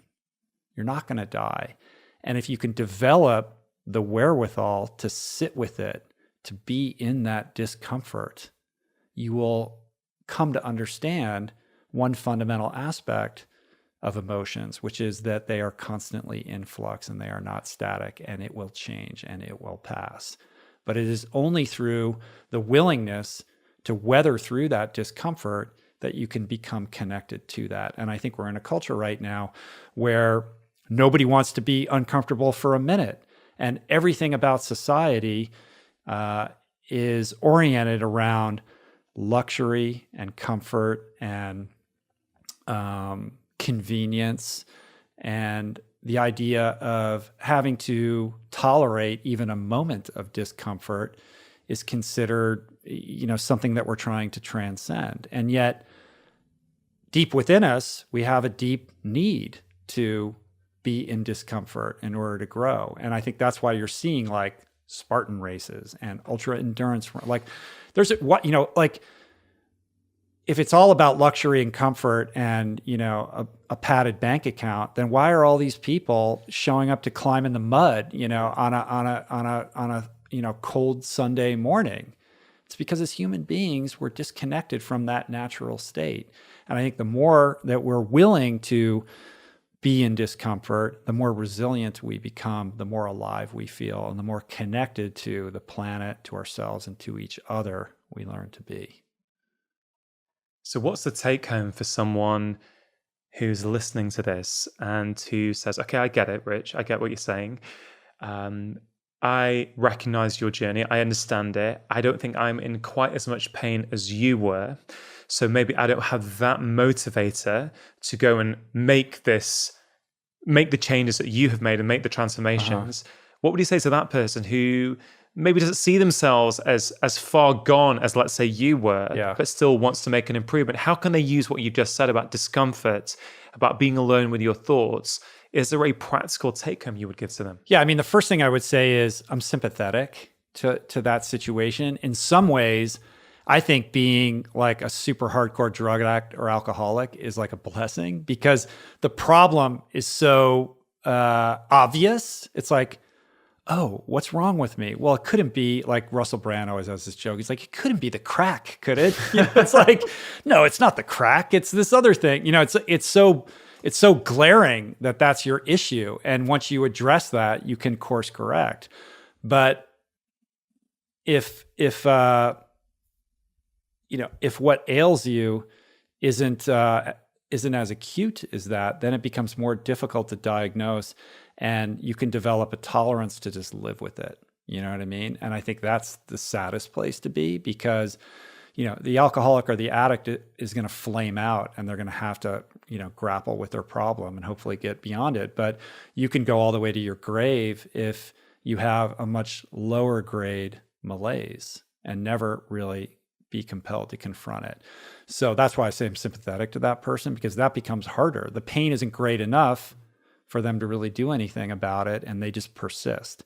So my takeaway or suggestion to those people, and look, first of all, I want to say, like, I'm not here to give advice to anybody. I really go out of my way to try to avoid giving anybody advice. It is not for me to judge anybody's path or the choices they make about their life. All I can do is share my experience. And if that connects with people, that's great. So please, take this with a grain of salt. But I just know from my own experience that the way that I can get myself to feel more alive is to carve out time and protect time to do things that I enjoy, first of all. In my case, it happened to be fitness oriented, and that turned into ultra endurance.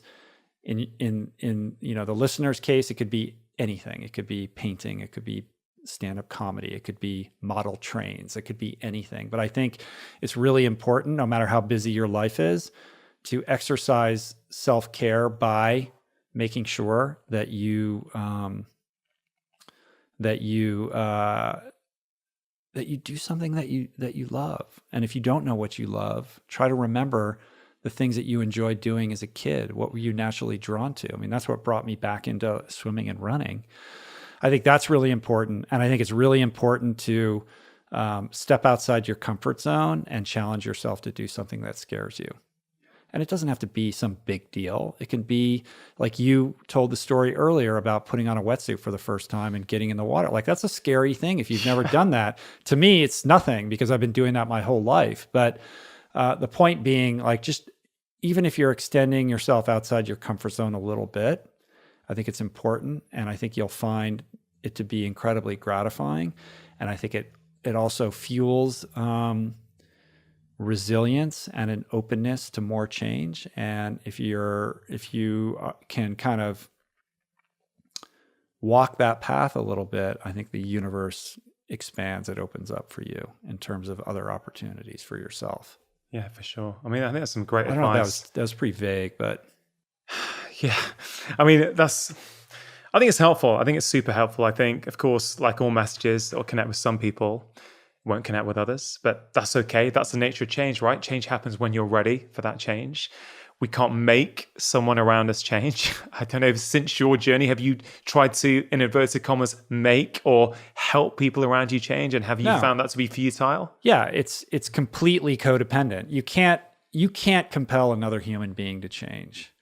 You have responsibility for yourself. Focus that energy inward and try to be the best version of you, of who you can be, and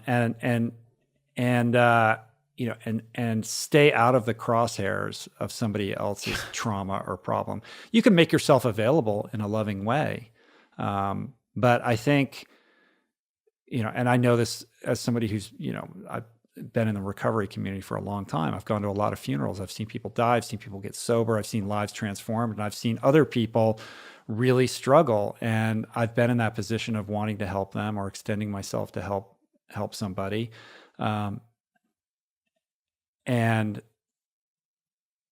I can tell you for a fact that if somebody doesn't want to change, they're not going to change. They have to want it for themselves. Willingness is like the entire ball game when it comes to change. Yeah, for sure. I think many of us know when we've found something, we found some insight in our life, we want to share it with those people around us. We want them to get on board with it. But, I just stick to my own business these days. I try my best just to work on myself, be the example for those people around you. Hopefully you can maybe provide a bit of inspiration for them. There's an arrogance to that though, as well, right? Like, oh, I've discovered this truth and now I want to help you discover it as well. And the way I look at it, the analogy that I use is, you can run around chasing people, trying to get them to change or see your truth.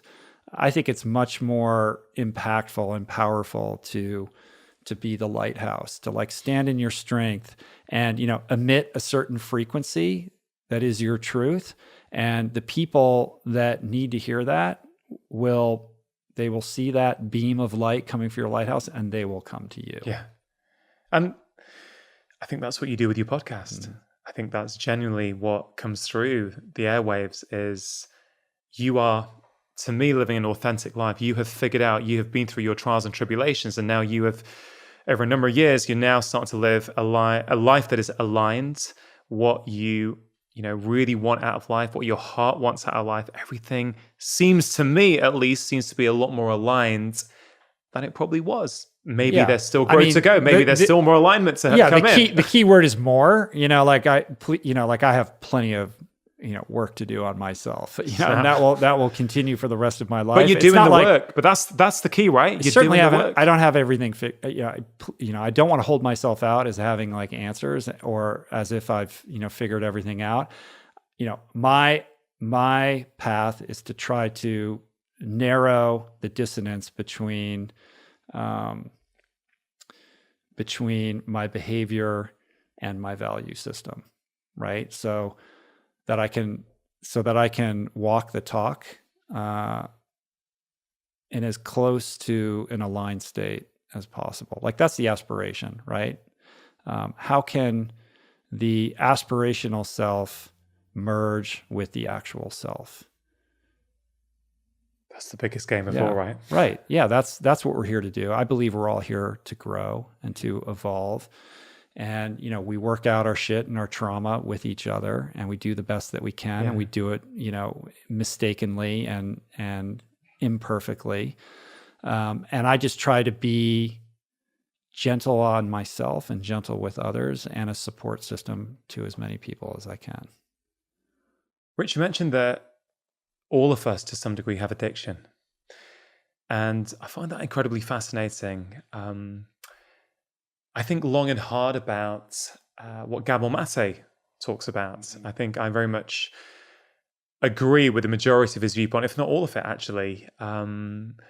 This idea that all addiction at its core is the same and comes from, I'm very careful not to sort of misquote him out of context. But my perception of what he is saying is that all addiction comes from some form of childhood trauma. And he defines trauma as, sure, bad things that happen to you, but also when not enough good things happen to you as well. I think that's a very important distinction that he makes. So, with your own experience of addiction, do you subscribe to Gabor Mate's view? Do you think that's accurate? Do you think that holds true? I guess, as you reflect on your own life, do you think there's a modicum of truth within that? Yeah, absolutely. I think there's a lot of truth to that. I had Gabor on my podcast as well, and he did what he's fond of doing. I haven't listened to your conversation with him, but I would imagine he might have done the same thing to you, which is turn the table and then he interviews you, right?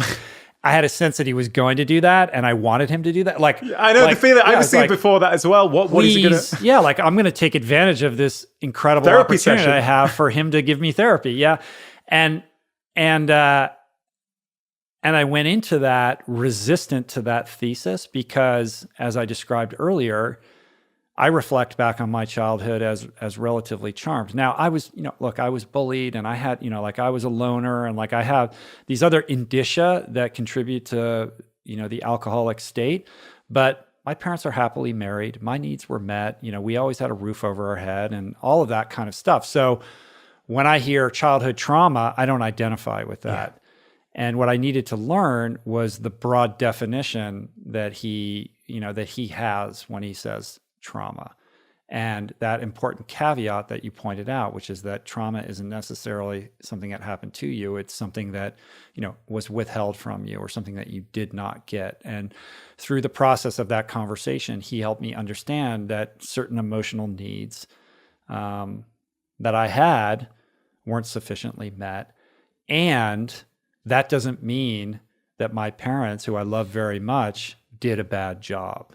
Because what I cannot accept is this idea of vilification of my parents, who are very good people and did the very best that they could.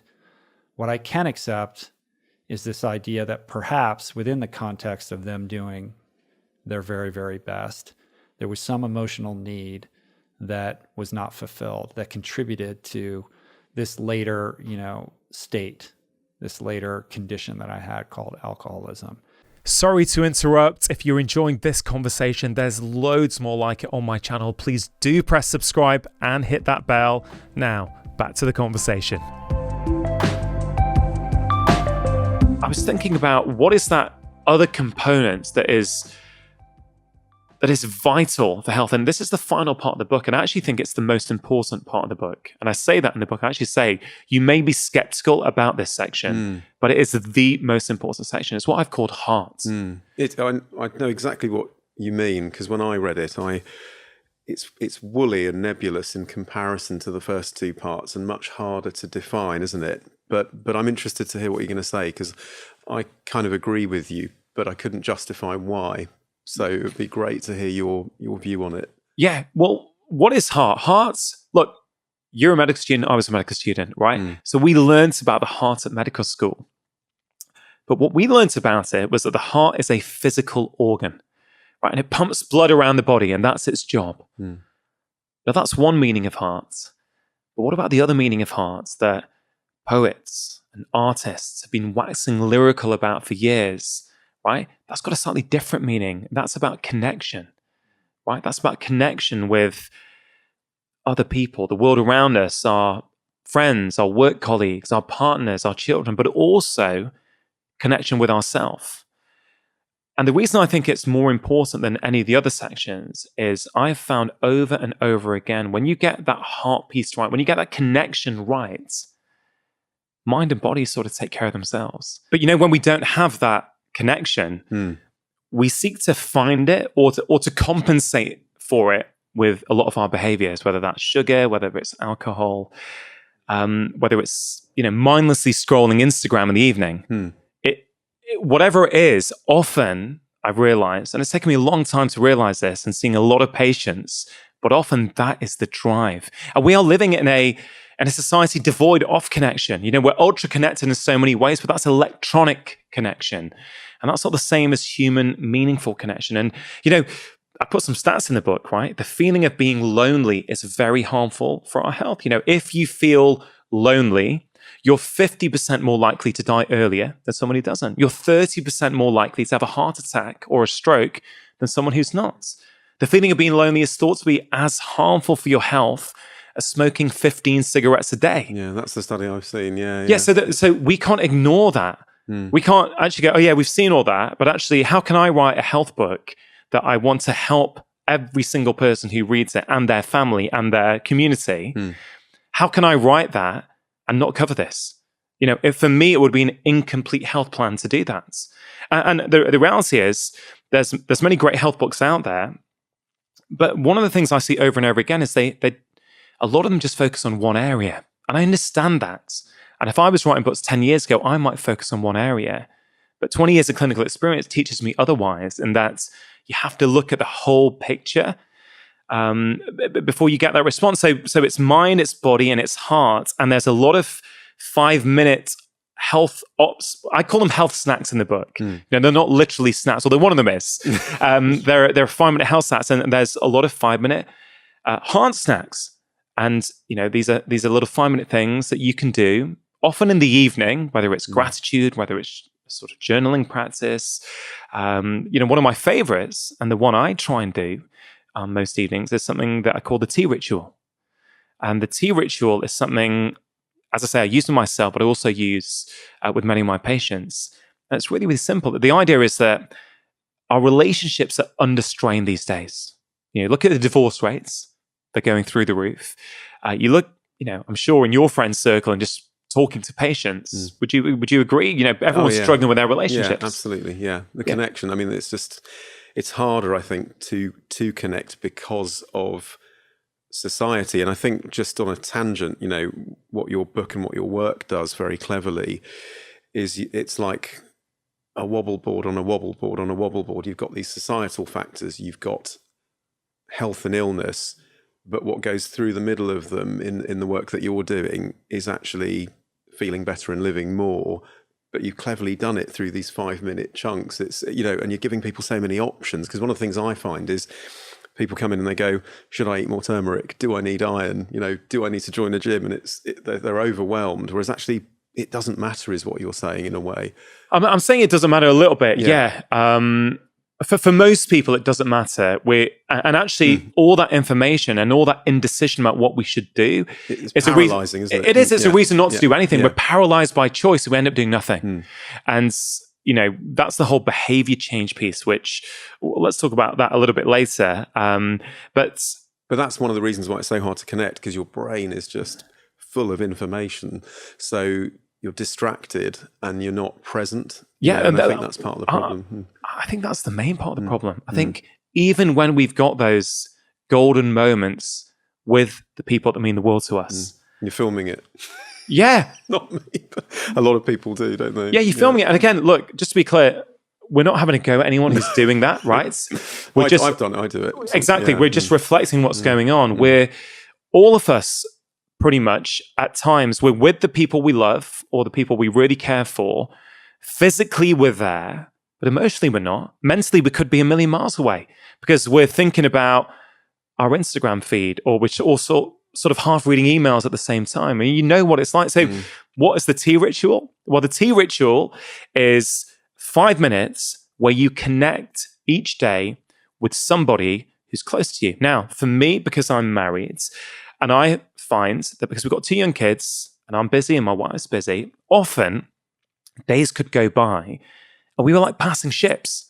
You know, you get up, you're nodding your heads, right? Co-workers, I used to call it. Yeah, exactly. And I think a lot of people, isn't it? It is, but a lot of people will resonate with that and connect with that. And I have found that by having 5 minutes every day of connection time, it has transformed our relationship. So the way it works in my house is when the kids are in bed and we've cleaned up the kitchen, which again is something we've been trying hard to do, so it doesn't when it come down to the plates in the morning. It's not a nice job, is it? No, so we do that generally together. And then before we do anything else, before we go on our devices or, whatever the things that we want to do in the evening individually are, for 5 minutes, we'll have a little tea ritual. We've got a nice teapot, put the kettle on. We have mint tea in the evening. I was going to ask you, what's your favourite tea? Yeah, it's fresh mint tea. Yeah, for a number of reasons. A, it doesn't have caffeine in. B, I love it. It's tasty. C, it's really, really cheap. You just buy mint leaves and pop it in. Yeah. It's cheaper than buying herbal teas. It's really good, isn't it? Yeah. And so we'll sit there and we won't have devices. And for 5 minutes, we sit there and just ask each other about each other's days. Right? Now listen, Ian, I get it. It sounds so simple. 15, 20 years ago, I don't think you needed to have tea rituals. Right? But what does that do? Just that 5 minutes of connection each day, you feel closer. You feel more connected. You're more loving towards each other. You start to feel that you care more for your partner in a way that you've always cared, but it's easy to take people for granted when you're just busy all the time. And I've used that with my patients. If you haven't, I'd recommend you do it because it is so many patients come back to me and say, Dr. Chatterjee, that has transformed my relationship. And that's just one example. There's loads and loads of examples. And why I'm so passionate about this book, Ain, is because I'm just sort of giving you a few examples. There's over 50, I think, examples of 5-minute health snacks in the book, right? But all you've got to do is choose 3. One from mind, one from body, and one from heart. That's the other genius. That is it. That's all you have to do. You don't need, the choice will not paralyze you. It's great. I mean, and that's the thing that surprised me, because I was reading through the health snacks, but then you keep reiterating you only need to pick 3, but the menu's enormous, isn't it? I mean, the variety. I mean, even your most pernickety person would find something for them in there. That's the great thing. I mean, I would be surprised if somebody can read this book and actually go, no, actually, none of this applies to me. Because I've always said, even in my first 2 books, I've said to people when I go around the country and I give talks and I talk to the public, I say, if there's a recommendation I've made that you don't like, don't do it. People are shocked when I say that. And I'm like, no, don't do it. There's loads of options in these books. Choose the ones that do speak to you. So if you try, and maybe we can sort of talk about behavior change, because this really plays into that. We know long term, you're only going to stick to doing a behavior if you like doing it. Right? It's very, very rare that people manage to stick to things long term that they don't like. So I'm saying choose one that you like, choose one that speaks to you and actually makes your heart sing as you're reading it. Do that one. If there's one that you hear me talk about or you read about and you like all the health benefits and you think it might work, but you think, I'm not really sure that's for me, don't do it. Pick another one. There's so many choices. But when you've picked, stick to the same ones every day. And why is that? That's to do with how you create a new habit. Right. So I use an analogy in the book of toothbrushing. Right. So most of us, I think, brush our teeth for 2 minutes in the morning and 2 minutes in the evening. So 4 minutes a day. Now, we're not doing that anymore because our parents told us to do it.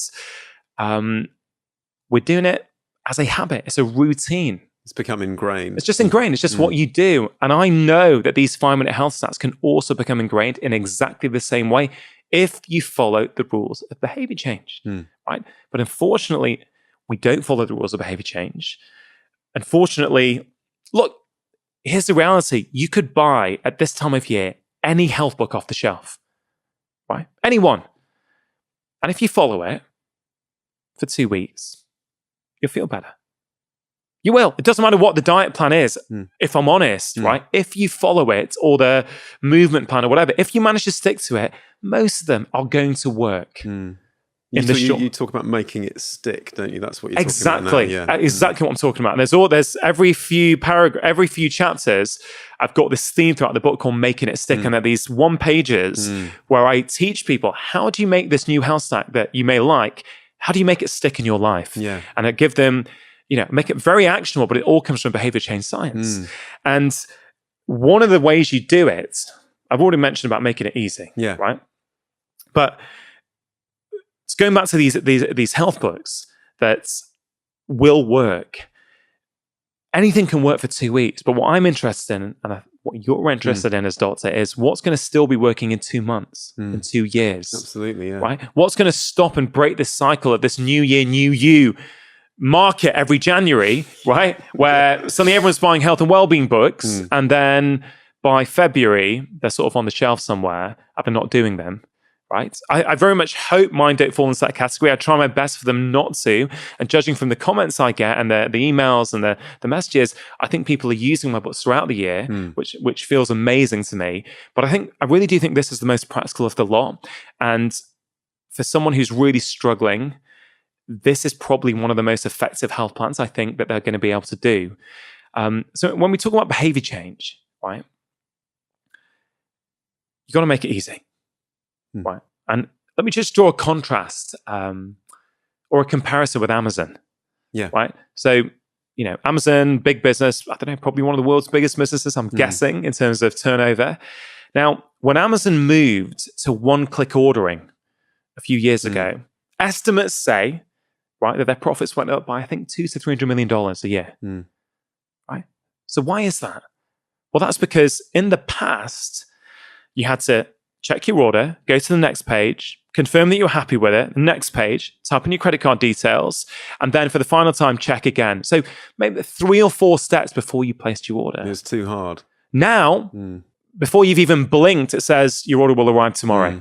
Yeah. Right? Buy it now. I think yeah. So the point is, for all of us, our behavior is constantly being changed, whether we think it is or not, by marketing, by media, by Amazon, by Netflix. Right? Netflix roll one, episode into the next episode. Why? Because it's before you know it, you've started watching the second one. Every time you put an obstacle in the way, it's a reason to say no. If you had to get up from your sofa, go there, switch something on the DVD player or something, you might be thinking, you know what? Maybe I'll go to bed now.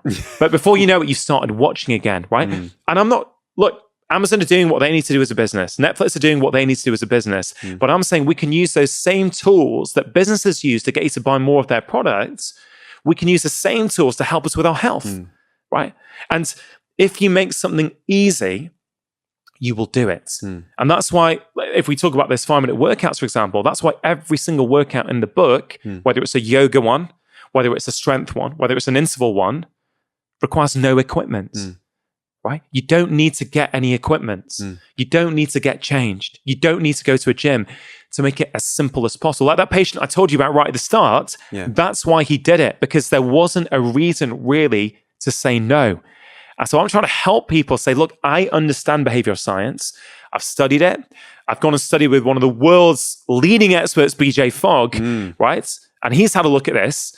And it was a beautiful meeting actually when I met BJ, because he looked at it and I'm really delighted that he loved it. But he said, what's really interesting for me, Rangan, is that you've got 20 years clinical experience, and your clinical experience has come to the same conclusion as my 20 years of research. And it was really nice. I mean, he's the only name I know in behavior change, actually. And actually, there's a quote about your book from him that I've got here, which is high praise indeed. So this is what BJ Fogg says about Feel Better in 5. It says, a superb guide to making lasting change in your life and one of the best habit change programs I've ever seen. Deceptively simple, but remarkably effective. How does that make you feel? I've looked up to BJ and his work for years, and I know that he is the world's leading expert in human behavior. A lot of the books that people buy on habit change, whether it's Nir Eyal or James Clear, these guys have all gone and studied with BJ. Instagram, I think, was founded in his Stanford class. He set his students a challenge I think he said that photo sharing is going to be big in the future. And so I want you guys to create an idea and an app that utilizes that. And he's got the mark sheet that he gave to Instagram. And I think he gave it high commendation. I think he said something like, it's got a very high chance of success, this. He was right. he was right. And so to have that sort of praise from him, of course, it's very humbling. It's, of course, on a personal level, it makes me feel good. It's nice to hear that. Yeah. But it also it almost reinforces my belief that this is one of the most effective health programs out there. Right? It really is. And it's deceptively simple. I think he's nailed it. It is deceptively simple. Yeah. Right? You might think 5 minutes. Come on, it's got to be harder than that. It's not. If you get good at doing 5 minutes every day, that's where the magic happens. That's when things start to change. Right? And it's, if every single person in this country adopted the Feel Better in 5 program, so basically spent 5 minutes each day on their mind, 5 minutes on their body, and 5 minutes on their heart, I guarantee we would have a healthier and a happier society. I think you're right. And I want to come on a little bit later about your visions for the future, but I'm going to spring that on you later on. But one of the things I really like about this, in the beginning of the book, you said, look, all I want is 15 minutes of your time a day. And what's really nice is that you don't sort of scold the reader, and you don't, you're not saying, look, you probably spend more than 15 minutes a day planning your shopping, but you don't spend it on your health. But that is the reality for a lot of people. And, the fact it's so accessible, and that 15 minutes a day is so effective because it's cumulative, isn't it? It's almost invisible. But as I found when I was trying what you suggested, literally after a week, you notice the benefits, and so it just makes you carry on. It sort of sucks you in, doesn't it? Sucks you in. It's that easy that it sucks you in, and before you know it, you're doing it regularly. Well, let's look at that another way. If I asked you, right, to drink a sugary fizzy drink for 5 minutes a day continuously every day, right, you'd soon figure out, it's not hard for you to understand that within days you're going to feel tired, a bit groggy, you're not going to sleep so well, Bloated. Become a bit moody, right? But it's just 5 minutes a day, right? So the point is, we don't think of good habits in the same way as we think of bad habits. If I asked you to smoke a cigarette for 5 minutes continuously every day, it wouldn't surprise you if within a few days you start to cough a little bit, and you're bringing up mucus and you're not feeling so good, right? So we've been conditioned in a way that we think, we know that bad habits add up very quickly, but we don't look at good habits in the same way. We think, oh no, good habits have got to be deprivation. We've got to stop doing things. We've got to go and punish ourselves at the gym. We've got to stop eating the foods that we like eating. Well, hold on a minute. Who said it's got to be that hard? Yeah. That's where we've gone wrong. We've been so reductionist around the way we look at health, right? Health is not that complicated. And I literally have tried my best to make it as simple as possible in this book. And, a couple of months ago, I read the audiobook, and I'd had 2 months away from it. Yeah. And you need that distance away from it sometimes, because after a while of writing and editing, you don't know what you're saying anymore. And I had a couple of months off away from it. Went to the studio to read the audiobook, and I got to say, I was really pleased. Actually, I was really, really pleased, because I have put a lot of work into this book. It's probably the hardest book I've written. I can see why it would be. It's to make something this simple is incredibly challenging. Like, you've got to know what to leave out. What is the essence of health? What is the absolute essence that people need to know that's going to help them? And when I read it, I was like, you know what? I really think this is a really rounded, very approachable, very accessible book. And I'd like to think that a lot of people who maybe didn't feel my first 2 books were relevant for them, I'd like to think that they're going to pick it up and start to access the same benefits people have had from previous books. But yes, I also think it's absolutely relevant for the readers of the first 2 books as well, because I think it's going to make those ideas in the first 2 books simpler for people to apply in their everyday lives. There's a couple of things I want to pick up on. The first is, I want to talk a bit more about the ripple effect, because it's something I see a lot in practice as well. And you touched on it just now, and we were talking about how once people feel better, they're more likely to continue with behaviours. But there are knock-ons, aren't there, to feeling better in one way and how it filters into other areas of your life. I mean, I had a patient who felt so much better from changing their diet, they actually wanted to end up becoming a health coach. So they changed profession. I mean, that's like a mega ripple effect, isn't it? But do you see that yourself a lot in practice? 100%. I mean, just like you, I think to be a good GP, to be a good generalist, you have to be able to read people. You have to be able to pick up on those non-verbal cues and really sort of, frankly, to be a good communicator of any sort, you need to be able to do that. Yeah. But in our jobs as GPs, the better you can do that, the better you can come up with the most appropriate plan or idea for that patient in front of you. Because 10 people can come in to see you with the same condition or the same complaints, but we might come up with 10 different ways of addressing it, depending on who that person is and what their beliefs are. And so I think if you can start people off with something that they like and they start to do it consistently, without realizing it, they start to do other things in other aspects of their life that you didn't even ask them to do, as I've called it in the book, the ripple effect, because that's the kind of the hidden secret behind these 5 minutes. Yes, it's about 5 minutes, but it's not as well. Yeah. Right? The 5 minutes are the gateway into everything else. You just need an entry point, really, don't you? You need an entry point. That's something you like, something you resonate with. You do it consistently at the same time every day. And that's really important. And it will lead to other things. And, you know, we could just give a million case studies and examples on that. I mean, I'd love to hear, you know, Ian, from you a little bit, even though you're interviewing me, I just think I'll sort of throw something back at you.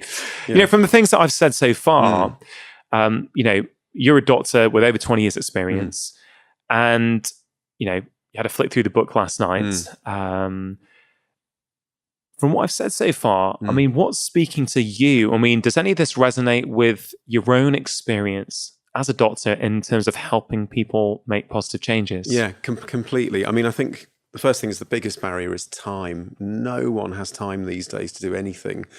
And health has become something that is largely reactive. People tend to come to the GP when they're not feeling well. And there's a difference in people who, well, there's people who feel well or think they feel well. There's people who suddenly become very ill and might need hospital care. And then there's this group in the middle who gradually find themselves not feeling so well. So they're not suddenly ill.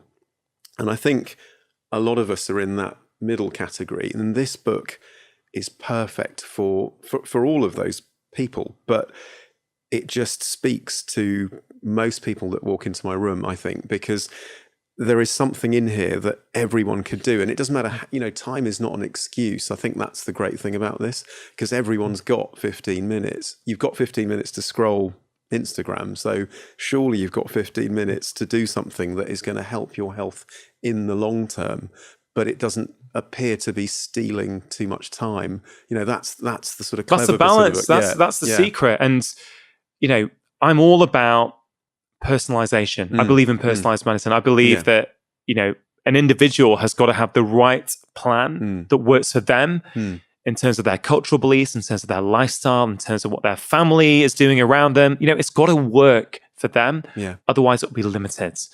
And I'm allowing people with this plan to personalize it. Here's 50 options, right? Choose one from each of the 3 sections and do the same 3 every day at the same time. And I guarantee within days you'll feel like a different person. And I'm allowing people to choose. Now, the reason I say once you've chosen, do the same one, I think it's a really, really important point, because every single one of those 50 health stats in the book has a benefit, right? So you could start to get paralyzed by choice and start reading through them and go, well, yeah, okay, I love that 5-minute breathing exercise. I love that 5-minute meditation. Oh, I love 5 minutes of accessing flow state each morning with a coloring in journal. I love 5 minutes of journaling. Which one should I do in mind, right? Because they've all got benefits. Just pick them, basically, is what you're saying. Yeah. I mean, first of all, I gave people an option to say, look, if the choice is becoming overwhelming, I've got this really nice double page in it where I say how to get less and how to get more. So if you've got a problem, like if you want to get less anxiety or you're suffering with depression or with type 2 diabetes. I love that. So you've kind of like listed preferences for I've said what you think I would recommend these three. Yeah. Because I get it. For some people, it's going to be too much. Yeah. And I'm going to be like, okay, look, if you want to know where to start, here's a guide. I have found with previous patients that if you have anxiety, do 5 minutes, I think, on breathing, 5 minutes of a particular type of exercise, and 5 minutes of gratitude, for example. Yeah. If you don't feel you've got a health problem, but you know what, you want to run faster at the weekends, there's also a plan for you how to get more athletic performance instead of increasing your focus, improving various things for your endurance. If you want to increase your longevity, right? I've actually picked 3 for you. So I've given people those options if they want it. But if you don't want that, that's fine. Pick the 3 that work for you. Now, 2 things you've got to remember. Most of what we do in any given day is not conscious choice. It's habit, right? So Duke University did a study, and I think they found that 56% of what we do in any given day is habit. So we give ourselves far too much credit that we're actually deciding what we do on any given day. No, we're not. Most of it is habits. So the way you make a new behavior turn into a long-term habit, right, is you stick it on to an existing habit. Yeah. Right? You piggyback it onto it because you're already doing the other habit without thinking about it. That's by definition what a habit is, right? Yeah. And so you're making it much more likely that you're going to do it in the long term. So what are these things? That's why that kitchen workout works so well. Yeah, it's brilliant. Because people are in their kitchen, right? Because you're waiting, aren't you? You're waiting, you're doing something. So kettle to boil. That is a prime one for so many of us. Certainly here in the UK, we love a cup of tea in the morning or a cup of coffee. For many people, for many of my patients, one of the first things they do in the morning is go downstairs or go to a different room and put the kettle on. That is a brilliant habit to stick on a new behavior. And for a number of years, when I had, how can I put it? A bit of an unhealthy relationship with caffeine and coffee, I should say. Been there. And it's something I've certainly been working on it and reduced dramatically. But when I did, I would go and weigh out my coffee. I'd put it in the French press and I'd put the timer on for 4 minutes. Yeah. Right. During those 4 minutes, I would do a body weight strength workout. Right. So for about 3 years, I never missed a day of doing a strength workout. Why? I was never going to miss my morning cup of coffee. Which meant I was never going to miss my strength workouts. Yeah. And it's trying to find these little pockets in the day where you can fit in one of these 5-minute health snacks. Yeah. So that's why you want to do it at the same time every day, if possible. So those are a couple of options. I mean, it could be, for example, when you come home from work. Like, I don't know about you. First thing I do when I come home from work is I take off my smart clothes and put on some comfy clothes, like a t-shirt and some jogger bottoms, right? Yeah. So that's another, what I call a transition point where you can stick in a 5-minute health snack. So if when you come in through your front door, you go into your bedroom to change your clothes, right? If you want to do a 5-minute yoga flow, then you can leave your yoga mat there. So you're prompted with a visual trigger every time you come back from work. Oh, you know what? Before I go into the kitchen, before I get involved with anything else or unwind in any other way, let me just do my 5 minutes of yoga. Making it easy again. You make it easy. And then what happens, you bringing back the ripple effect, if you come back from work stressed, right? Like many of us do. Not uncommon, yeah. Not uncommon at all. And the first thing you do when you come in through the door is do a 5-minute workout of some sort, whether it's a 5-minute yoga flow or a 5-minute HIIT workout, right? You're going to burn off some of that stress because fundamentally what the body stress response does is it primes us for physical activity. It primes us to run away from a lion, right? So if you can burn off that stress energy, it's going to change your evening. You're going to be more present with your children, with your partner, with your friends. You're going to be less inclined to drink maybe as much alcohol as you might have done because you processed some of that stress. So these are just little options. Gratitude, if you want to do gratitude before you go to bed, right? You got to leave a gratitude journal next to your bed, a journal that you like with a pen. Sounds simple, right? But if you don't, what's going to happen? You're going to go to bed one night feeling a bit tired. Oh, you know what? The journal's downstairs, pens. Forget it. Before you know it, you're not doing it anymore, right? So I have literally outlined all these little tips on how you make these habits stick. But the reason why you want to do the same habit each day, because let's say on a body workout, you're like, well, I like a strength workout. I like a high intensity interval workout. I like a yoga flow, right? Well, the reason why initially, at least, you should stick to the same ones is because you want to remove decision making. You want to remove procrastination. So if you come back from work and think, okay, I get it. I'm going to do my 5-minute workout every day when I come home from work, before I play with my kids or before I do anything else. If each day you have to decide, should I do strength today? You know what? Maybe I should do a bit of yoga. Do you know what? I'm going to do an interval workout today. Or maybe I should do dancing. Before you know it, you've wasted energy and cognitive energy trying to figure it out, and you end up doing nothing. So I say, it doesn't matter what you choose.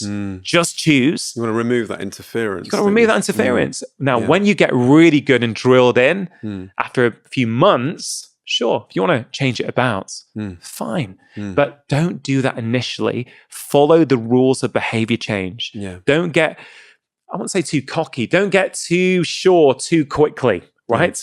There is a certain way that human beings make behavior. Amazon know what it is. Advertisers know what it is, right? It's what makes us tick. It's what makes us tick. And I've literally put those secrets, as it were, in this book. It underpins the whole program is behavior science. And that's why it does work. And I think that's why BJ Fogg gave such a lovely recommendation. If you enjoyed that conversation, I think you are really going to enjoy one that I had with Esther Perel, all about relationships.